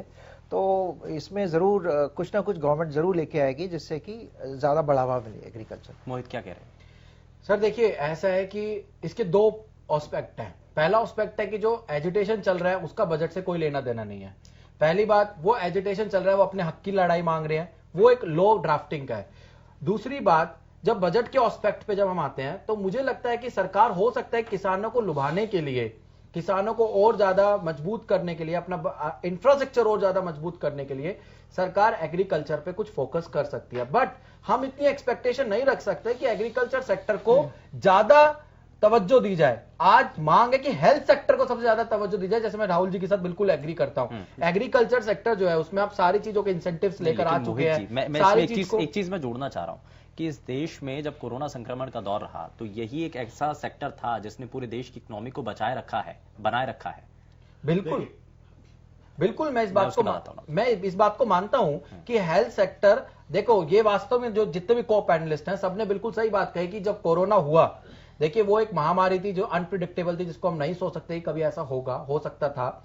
बट आज हेल्थ सेक्टर की जो हकीकत है वो आपके सामने आ गई थी कोरोना के। एग्रीकल्चर सेक्टर में भी तो कुछ ऐसा ही है ना। एग्रीकल्चर सेक्टर में देखिए, एग्रीकल्चर सेक्टर जो है वो एग्रीकल्चर सेक्टर जो रन करते हैं उसमें मोस्टली 50% से ज्यादा लोग जो है वो आज के इलिटरेट है, अनएजुकेटेड है देखा जाए तो, ठीक है। उनके पास में आप स्कीम्स जब भेजते हैं, उसको इंप्लीमेंट करते हैं, उसका फिर अमली जामा पहनाया जाता है, उसको पहुंचने में बहुत टाइम लगता है। बट जो हेल्थ सेक्टर जो रन करता है वो सारे डॉक्टर्स हैं, दे आर वेरी एजुकेटेड, जितने भी लोग उसमें इन्वॉल्व हैं, पूरी मेडिकल इंडस्ट्री बहुत एजुकेटेड है। तो आज कहीं ना कहीं मैं तो प्रेफरेंस देना चाहूंगा कि आज हेल्थ सेक्टर को ज्यादा प्रेफरेंस दी जाए इस बजट में इंस्टेड ऑफ एग्रीकल्चर सेक्टर। ठीक है, राहुल जी कुछ कहना। देखिए, ये बात बिल्कुल पक्की है कि एग्रीकल्चर हमारी बैकबोन है। 72%, 60 से 72% अलग अलग सर्वेस बोलते हैं कि आज भी हमारी इकोनॉमी एग्रीकल्चर ड्रिवन इकोनॉमी है।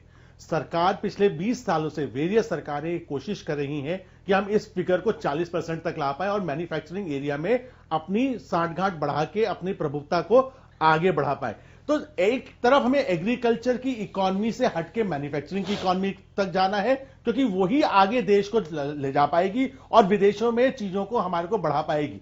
इसीलिए मद्देनजर रखते हुए हो सकता है कि सरकार कोई बहुत बड़ा इस समय एग्रीकल्चर को लेके बहुत बड़ा कोई योजना ना लाए, बट वो एग्रीकल्चर प्रधान सोसाइटी जो हमारी है उसको प्रिजर्व करने की, उसको डिस्ट्रक्ट ना करने की सारी कोशिश करेगी, तो उसका कुछ अंश हमें मिल सकता है। बट सरकार के सामने बड़ी चुनौती है कि 2024 तक अगर 5 ट्रिलियन की इकोनॉमी का उन्होंने सपना लिया है, उसके लिए मैन्युफैक्चरिंग ही एक बहुत बड़ा जरिया है, क्योंकि अनएम्प्लॉयमेंट जो कम होगा वो मैन्युफैक्चरिंग से कम होगा। हम प्री कोरोना भी देख ले, हमारी इकोनॉमी 3 से 4% पे ग्रो कर रही थी ऑल टाइम। उस समय भी हमारा अनएम्प्लॉयमेंट रेट 8 से 10% के करीब था, जो कि 22-23% कोरोना के काल में पहुंच गया।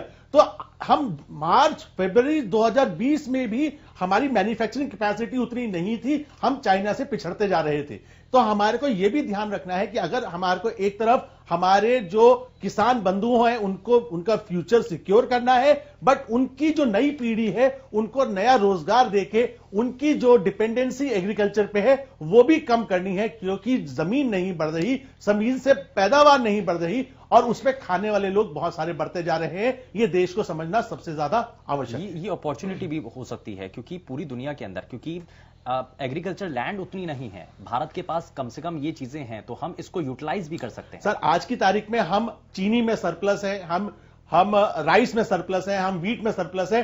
एक्सपोर्ट्स होने के बाद भी हमारे को बहुत सारी जो इंपोर्ट जो चीजें नहीं हो रही है, जो हमारी इंपोर्ट कर रहे हैं हम, जो है हमारा तेल है, जो हमारे को कृषि में भी स्मार्ट टेक्नोलॉजी को यूज करना है कि डेटाबेस ड्रिवन होना चाहिए। लेकिन क्या ऐसा नहीं होना चाहिए, क्या ऐसा नहीं होना चाहिए कि एक बार रिव्यू किया जाए? अगर हम कोई सब्सिडी दे रहे हैं तो वो आखिर कितने समय तक दी जा रही है और कितने लोगों को उससे फायदा मिल रहा है? आज की तारीख में एक बार रिव्यू तो करें। राइट, आज की तारीख में डेटा ड्रिवन, जो सरकार कह रही है कि आपको डेटा ड्रिवन एग्रीकल्चर होना बहुत ज्यादा जरूरी है।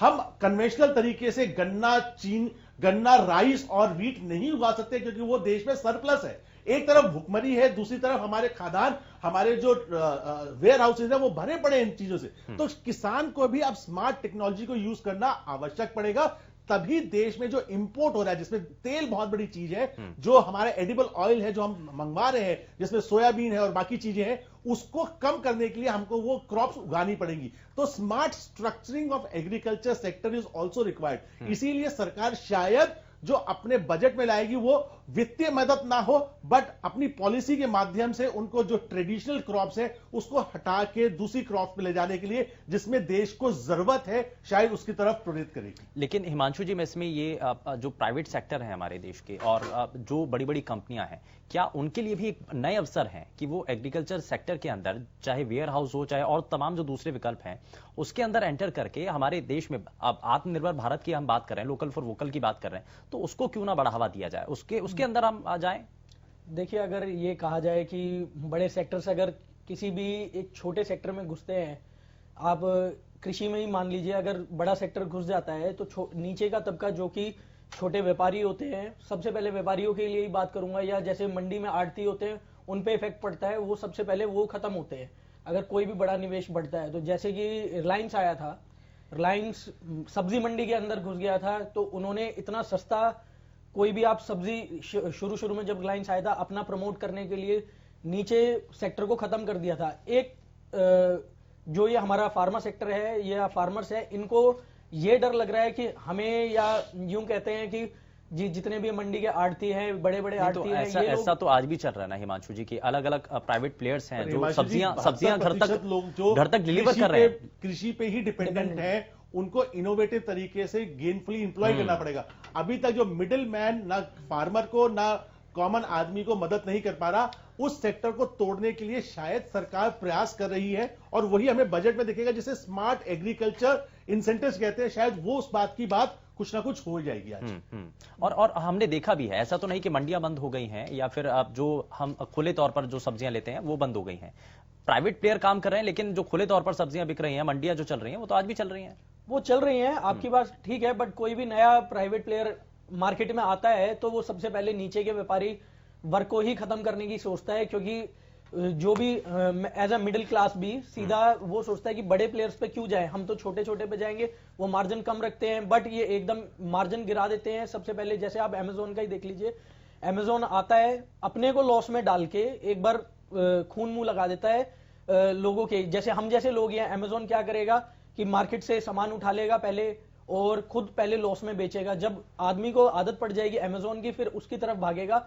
नीचे से क्या हो रहा है, आज के टाइम में छोटे सेक्टर के पास ग्राहक क्यों नहीं है, क्योंकि ऑनलाइन मिल रहा है, ऑनलाइन सस्ता मिल रहा है, एक क्लिक किया, आपने देखा, वहां से प्रोडक्ट खरीद लिया, मार्केट में कौन जाएगा। बट ये है ना कि एंड बायर से ही आप चल सकते हैं। तो अलग अलग शॉप्स हैं, दुकानें आज भी लोकल मार्केट में चल रही हैं, और इससे तो जो कंज्यूमर है उसी को तो फायदा हो रहा है ना। रीच बढ़ाने उसके सामने विकल्प है। 135 करोड़ लोग आज भी अमेजोन पे सेल होती है, तो उसमें 60% जो हम जीएमवी कहते हैं वो मोबाइल क्षेत्र से होती है। आप सोचिए, मोबाइल और टेक्नोलॉजी, अब 5G लॉन्च होगा, उसे हर घर तक डिजिटलाइजेशन पे, इस सब आप देखेंगे इस बजट में डिजिटलाइजेशन, वो भले एग्रीकल्चर सेक्टर हो या कोई भी सेक्टर हो, डिजिटलाइजेशन पे बहुत बड़ा इंसेंटिव मिलेगा। क्यों? क्योंकि लास्ट माइल तक रीच आ गई है, जो हमारी इकोनॉमी को बढ़ा रही है। क्योंकि मैन्युफैक्चरिंग कब बढ़ेगी? जब एंड यूजर खरीदेगा। एंड यूजर वो 50 मिलियन हो या 100 मिलियन हो, उस 100 मिलियन की लड़ाई है जिसमें एंड यूजर जब बढ़ेगा तो पूरी मैन्युफैक्चरिंग यूनिट बढ़ेगी। सर, मैन्युफैक्चरिंग को बढ़ाना आज की तारीख में देश में सबसे ज्यादा जरूरी है। भले ही वो OnePlus हो, सैमसंग हो, एप्पल हो, यहां पे फैक्ट्री लगेगी तो लाखों लोगों को रोजगार मिलेगा। वो रोजगार तब मिलेगा जब देश में सप्लाई होगी, और वो सप्लाई को ही, डिमांड एंड सप्लाई को ही मीट करने के लिए मैन्युफैक्चरिंग को बढ़ावा देना सबसे ज्यादा जरूरी है, क्योंकि इससे सब आगे बढ़े। संदीप जी, मैं जरा एक सरकार का और लक्ष्य है 2022 तक किसानों की आय दोगुनी करना। इसी कड़ी में मैं जरा ये सवाल करना चाह रहा हूं। अब तो 1 साल का समय रह गया है, और अगर यही वो 3 लॉ हैं जिनके जरिए किसान अपने इस लक्ष्य को पूरा करना चाहती है, तो फिलहाल 1 साल के अंदर इतना बड़ा चैलेंज क्या ये एक्सेप्ट करना और इसको पूरा कर पाना, ये कितनी बड़ी चुनौती होगी? ऐसा संभव है? इसीलिए मैं बार बार कह रहा हूं कि एग्रीकल्चर सेक्टर के लिए, कृषि क्षेत्र के लिए क्या कुछ बड़ा किया जा सकता है?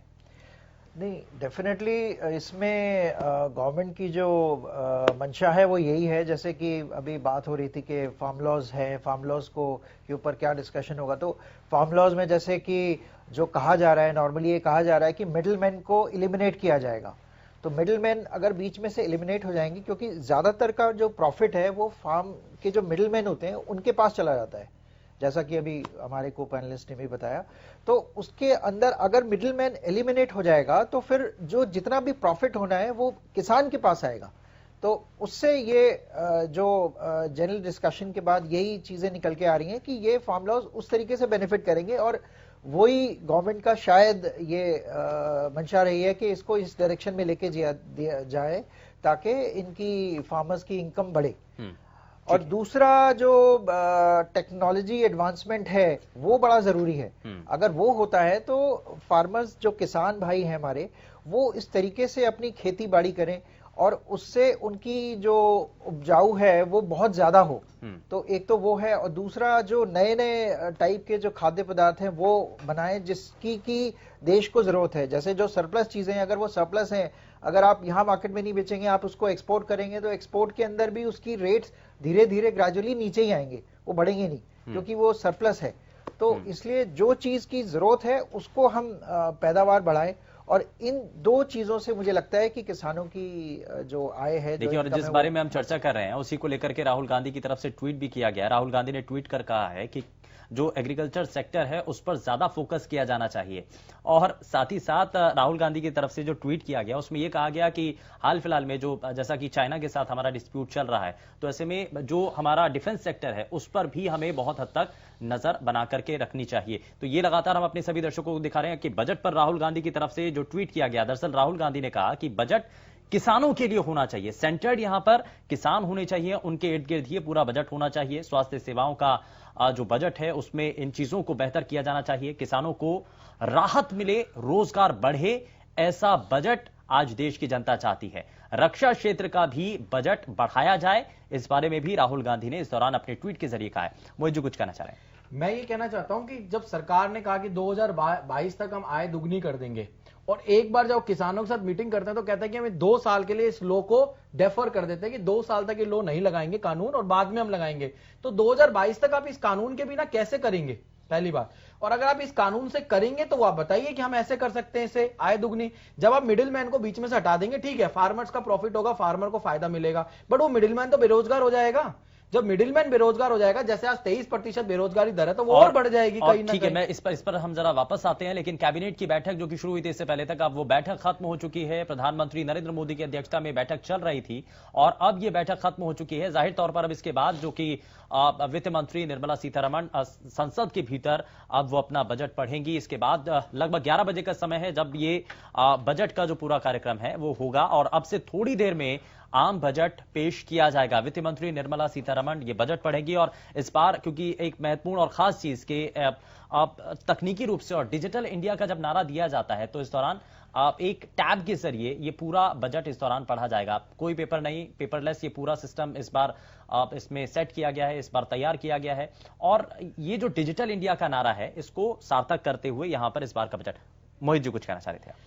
मैं आपके चैनल के माध्यम से सरकार को ये कहना चाहता हूं, हम सब प्रोफेशनल, जितने भी हम प्रोफेशनल हैं, सीए हैं चाहे लॉयर हैं, जो भी हैं, मैं सरकार की तरफ अपनी बात ये पहुंचाना चाहता हूं कि जैसे ड्यू डेट जो लास्ट टाइम पे हमारी एक्सटेंड की जाती है और मात्र 10 दिन के लिए या 15 दिन के लिए की जाती है, तो सरकार कृपया करके हमारी तरफ भी सोचे कि 10 दिन में हम किसी भी चीज को इतना ज्यादा जो रिटर्न्स हैं, जो भी ऑडिट्स हैं, वो हम कैसे कर सकते हैं। मैं ये कहना चाहूंगा कि दिनों की बजाय वो सरकार अगर उसको थोड़े कुछ महीनों में आगे बढ़ा दी जाए आगे आने वाले वित्त वर्षों में या असेसमेंट ईयर में। ठीक है, इस बीच एक और अहम खबर, कैबिनेट बैठक में आम बजट को मंजूरी मिल चुकी है, और कैबिनेट बैठक में आम बजट को मंजूरी दी गई है, और यहां क्योंकि एक परंपराएं जो चलती हैं उसको पूरा किया गया है। कैबिनेट बैठक में आम बजट, क्योंकि इसको लेकर के हालांकि चर्चा हुई, प्रधानमंत्री की अध्यक्षता में बैठक चल रही थी, वित्त मंत्री और तमाम जो कैबिनेट के लोग हैं वो इसके अंदर शामिल थे, और इसके अंदर आम बजट को अब मंजूरी मिल चुकी है। इस बीच की ये बड़ी और अहम खबर अपने सभी दर्शकों तक हम लगातार पहुंचा रहे हैं। प्रधानमंत्री नरेंद्र मोदी की अध्यक्षता में इससे पहले तक ये बैठक चल रही थी, और अब से कुछ ही देर बाद आम बजट वित्त मंत्री निर्मला सीतारमण के द्वारा पेश किया जाएगा।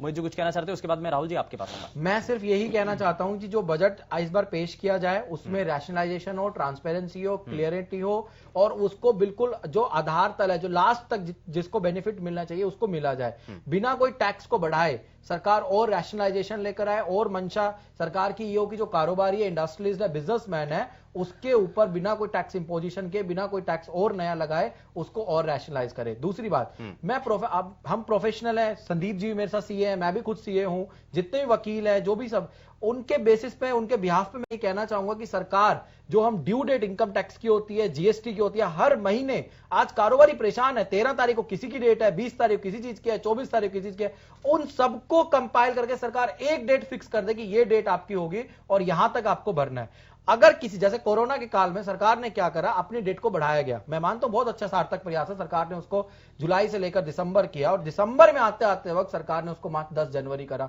मात्र 10 दिन की सहूलियत हम लोगों को दी, बजाय 10 दिनों के बजाय सरकार उसको 31 जनवरी करती तो ये हमारे लिए कहीं ना कहीं एक सराहनीय कदम सरकार की तरफ से हो सकता था। हम चार्टर्ड अकाउंटेंट्स, प्रोफेशनल्स, लॉयर्स, जितने भी लोग इसमें इन्वॉल्व हैं, उन सब के लिए, क्योंकि आज जब हम उनकी रिटर्न फाइल करते हैं तब सरकार के पास कोई डेटाबेस जाता है, जब सरकार के पास टैक्स पहुंचता है, माध्यम है उस चीज के लिए।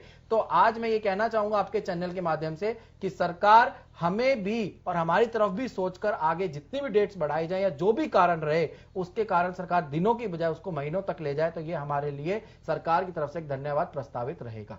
यानी कि अलग अलग सेक्टर्स की तरफ से कुछ अलग अलग मांगे भी हैं, सबकी अपनी अपनी मांगे हैं। राहुल जी कुछ कहना? और मेरे को पैनलिस्ट एक चीज पे बिल्कुल विचारधीन होंगे और सब एग्री करेंगे कि बजट में एक चीज पे जो बिल्कुल टैक्स बढ़ेगा वो होगी सिगरेट और अल्कोहल। उस पर कोई चर्चा नहीं होगी, मेरे ख्याल से सारे लोग सहमत होंगे, क्योंकि वही तरीके से शायद सरकार एक तरीके से टैक्स बढ़ा सकती है बिना कुछ विरोध किए हुए। तो बिना विरोध हुए इस देश में किसी चीज में टैक्स बढ़ सकता है तो वो शायद वो सिगरेट और अल्कोहल है। और इनफैक्ट जो इस बजट की एक्सपेक्टेशन है टू वोकल फॉर लोकल, तो इसके ऊपर कस्टम ड्यूटी का रेट बढ़ेगा ऑन द प्रोडक्ट, जो जिसपे इंडिया मैन्युफैक्चरिंग के ऊपर अपना कदम बढ़ा रहा है। दूसरा, ईज ऑफ डूइंग बिजनेस, जो आज की सबसे बड़ी डिमांड है। जितनी भी इंटरनेशनल कंपनीज हैं और इंडियन कंपनीज हैं और छोटे बिजनेसमैन हैं, ये सब चाहते हैं कि ईज ऑफ डूइंग बिजनेस हो। और ईज ऑफ डूइंग बिजनेस करने के लिए बहुत सारी चीजें जो कॉम्प्लेक्सिटी है, रिटर्न्स और इन सब चीजों को, उसके ऊपर कुछ देखा जा सकता है। और इसके अलावा लास्ट जितने भी हमारे इंसेंटिव्स हैं वो ज्यादातर इंसेंटिव प्रोडक्शन लिंक्ड होंगे रेदर देन सब्सिडी लिंक्ड होंगे।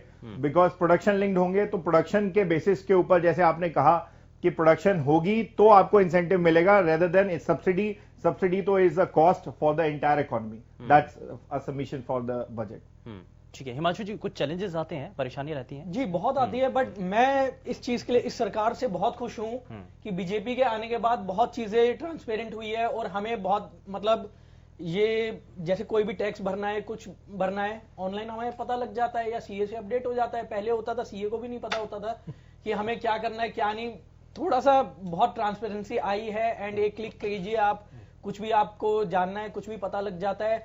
पहले क्या होता था, गवर्नमेंट की कोई भी साइट आप खोल के देखिए, वो साइट ही नहीं चल रही। आप गवर्नमेंट के ऑफिस में जाइए, वहां कोई बताने के लिए कुछ तैयार होता नहीं है कि भाई हमें क्या पता, आप साइट खोल के देखिए। हम उनसे कहते हैं ये आपकी साइट तो चल नहीं रही है, अच्छा अभी थोड़ा सा वक्त लगेगा, इतने हमारा वक्त निकल जाता है और हमें कोई भी आपका टैक्स भरना होता है, उस टैक्स पे हमारे ऊपर पेनल्टी इम्पोज हो जाती है। ऑनलाइन सिस्टम को इसीलिए एस्टैब्लिश किया जा रहा है और बार-बार फोकस इसीलिए इसी पर है। ऑनलाइन सिस्टम अगर आप देखें कि इतनी बढ़ोतरी हुई है इनकम टैक्स के अंदर, जो पहले प्रोफेशनल्स के ऊपर डिपेंडेंसी होती थी कि इनकम टैक्स का रिफंड डिपार्टमेंट में जाके आएगा, आज वो सीधा लाखों रुपए का, मैं 2-3 लाख रुपए की बात नहीं कर रहा हूं, लाखों रुपए का सीधा इनकम टैक्स का रिफंड जो है वो बैंक अकाउंट में आता है।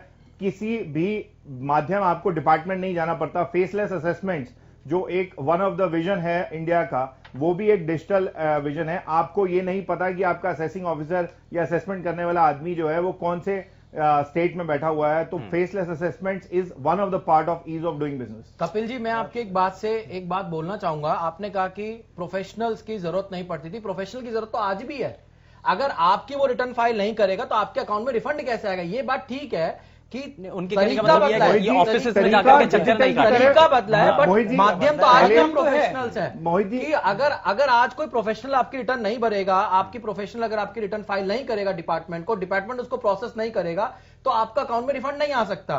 दूसरी बात, चक्कर की बात ठीक है, मैं मानता हूं कि आज डिजिटल इकोनॉमी से हमें डिपार्टमेंट में जाना नहीं पड़ता, बट आज प्रोफेशनल्स के लिए तो आप जितना भी कोई भी एसएससी होगा, चाहे कोई भी बिजनेसमैन होगा, वो प्रोफेशनल के पास जाएगा तभी उसका रिफंड आएगा। मोहित जी, बात ये हो रही है कि जो पुराने टाइम में डिजिटल सिस्टम नहीं था, उस टाइम प्रोफेशनल्स की जरूरत तो आज भी है, पुराने टाइम में भी है। बात ये हो रही है कि ईज ऑफ डूइंग बिजनेस, कि आदमी को डिपार्टमेंट में जाके रिफंड, या प्रोफेशनल को ही उसके माध्यम से, क्योंकि पहले भी आदमी खुद तो डिपार्टमेंट नहीं जाता था, प्रोफेशनल को भेजता था। It becomes a cost for the entire ease of doing business. एक तरह से हम कह सकते हैं कि उसके लिए आसान हो गया है। तरीका बदल गया है, तरीका बदल गया कि पहले आसान हो गया है, पहले चेक मिलता था रिफंड वहां इनकम टैक्स डिपार्टमेंट में जाके, वो ठीक है, वो डिजिटल हो गया है कि सीधा अकाउंट में आने लग गया, बट माध्यम तो प्रोफेशनल थे, है और रहेंगे। बट मैं एक चीज कहना चाहूंगा, गवर्नमेंट कोई भी नए नॉर्म्स निकालती है, वो सीधा निकाल देती है, पहले उसके बारे में कोई भी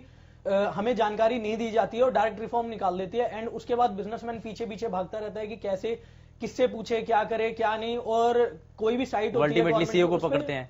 हाँ, आप बताइए।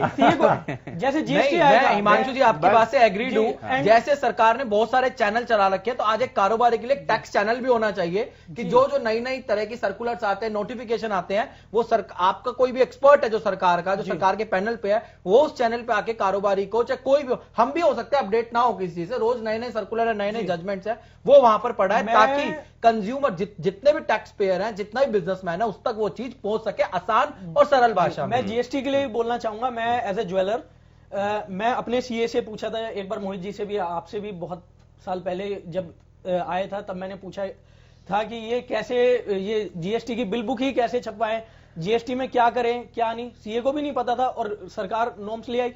फिर उसके बाद ये हुआ 1 महीने के बाद भरना है, फिर 2 महीने के बाद भरना है, उसके बाद अमेंडमेंट लाती गई है, क्योंकि वो प्रॉब्लम्स देखते गए हैं। बट एक बार सरकार को शुरू में ही बताना चाहिए, कोई भी नॉर्म्स ला रही है कि आपको ये चीज हो रही है, इस तरीके से व्यवहारिक है कि नहीं है, आम लोगों के लिए एग्जीक्यूशन ठीक है, इंप्लीमेंटेशन ठीक होना चाहिए। और एक चीज मैं और कहना चाहूंगा कि जो वित्त वर्ष 2019-20 में जितने भी टैक्स पेयर के ऊपर जो भी पेनल्टी लगी, फाइन लगी कोरोना के टाइम पे, हो सकता है कि उसका सीए एडमिट हो सकता है हॉस्पिटल में, हो सकता है कि उसका व्यापारी एडमिट हो, वो डॉक्यूमेंट ना दे पाए, उसके घर में किसी का जब हॉस्पिटल में कोई व्यक्ति जाता है परिवार का, तो वो उसके ऊपर बीतती है, वो जानता है कि वो शायद इन चीजों में ना, कि उसकी सुरक्षा की, उसकी सबसे पहले उसकी स्वास्थ्य की चिंता करता है। तो मैं सरकार से कहना चाहूंगा कि आपने डेट बढ़ाई, आपने पेनल्टी माफ करी, बट 2019-20 से जो आपका वित्त वर्ष है, उसकी कोई एक लास्ट डेट फिक्स कर दीजिए, जितनी पेनल्टी लगी उसका क्रेडिट दे दीजिए या उसको माफ कर दीजिए, ताकि एक एसएससी के ऊपर, एक बिजनेसमैन के ऊपर, एक कारोबारी के ऊपर एक्स्ट्रा बर्डन लेट फी और पेनल्टी से वो बच सके और वो आर्थिक अर्थव्यवस्था को सही कर सके। ठीक है। इसमें अब हम जरा उन सेक्टर्स पर भी बात कर लेते हैं जिनका कहीं जिक्र नहीं होता, और अब आर्थिक मंदी के इस दौर में वो सेक्टर तो अभी उभर भी नहीं पाए हैं। टूरिज्म सेक्टर, जिसके बारे में अभी चर्चा भी नहीं हुई है। मैं जरा संदीप जी इस बारे में बात कर रहा हूं कि ऐसे सेक्टर जो अभी कुछ सेक्टर तो जो अब बाद में रिवाइव कर चुके हैं, वापस से पटरी पर लौट रहे हैं, लेकिन टूरिज्म सेक्टर और तमाम जो दूसरे ऐसे सेक्टर हैं जिनके बारे में कहीं कोई जिक्र नहीं है, उनके लिए कुछ खास आर्थिक तौर पर कुछ उनको सहायता दी जा सकती है, उनको आगे बढ़ाने के लिए कुछ किया जा सकता है? डेफिनेटली टूरिज्म सेक्टर सबसे बड़ा सेक्टर है जो कि सबसे ज्यादा हिट हुआ है, जिसके उसके बाद होटल सेक्टर भी आता है, होटल भी टूरिज्म का ही पार्ट है।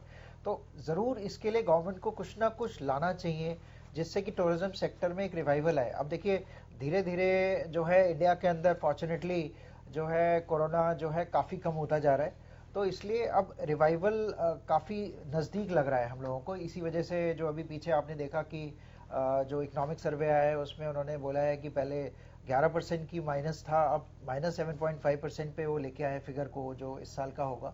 तो इसके रहते गवर्नमेंट को ये जरूर करना चाहिए कि टूरिज्म सेक्टर में कुछ बेनिफिट्स लाए, कुछ इंसेंटिव्स लाए। जैसे कि पहले इन्होंने इंसेंटिव्स लेके आए थे जिसमें इन्होंने जीएसटी का रेट्स जो था उसमें टूरिज्म के अंदर 5% फ्लैट कर दिया था। उसमें बेशक आईटीसी का आपको अवेलमेंट नहीं मिलता था, लेकिन उसमें उन्होंने ये बेनिफिट दिया था, तो उससे कॉम्प्लिकेशंस काफ़ी कम हुई थी। और एक टूर ऑपरेटर को जैसे है कि उनको बड़ा बेनिफिट लगता था कि सीधा 5% टैक्स दो और खत्म छुट्टी, ना तो आपको देखना है आपको बिल आए या नहीं आए। तो इस तरीके की और स्कीम्स गवर्नमेंट को लानी चाहिए जिससे कि टूरिज्म सेक्टर को एक बूस्ट मिले। दूसरा, मेरे को एक और चीज मैं यहाँ पे बोलना चाहूंगा कि रियल एस्टेट का जो सेक्टर है, जो कि आज की डेट में बहुत ही काफी उसकी कंडीशन भी अच्छी नहीं है। तो इसलिए उसको भी उनको रिवाइवल देना चाहिए, उसके लिए कुछ ना कुछ स्कीम्स लानी चाहिए।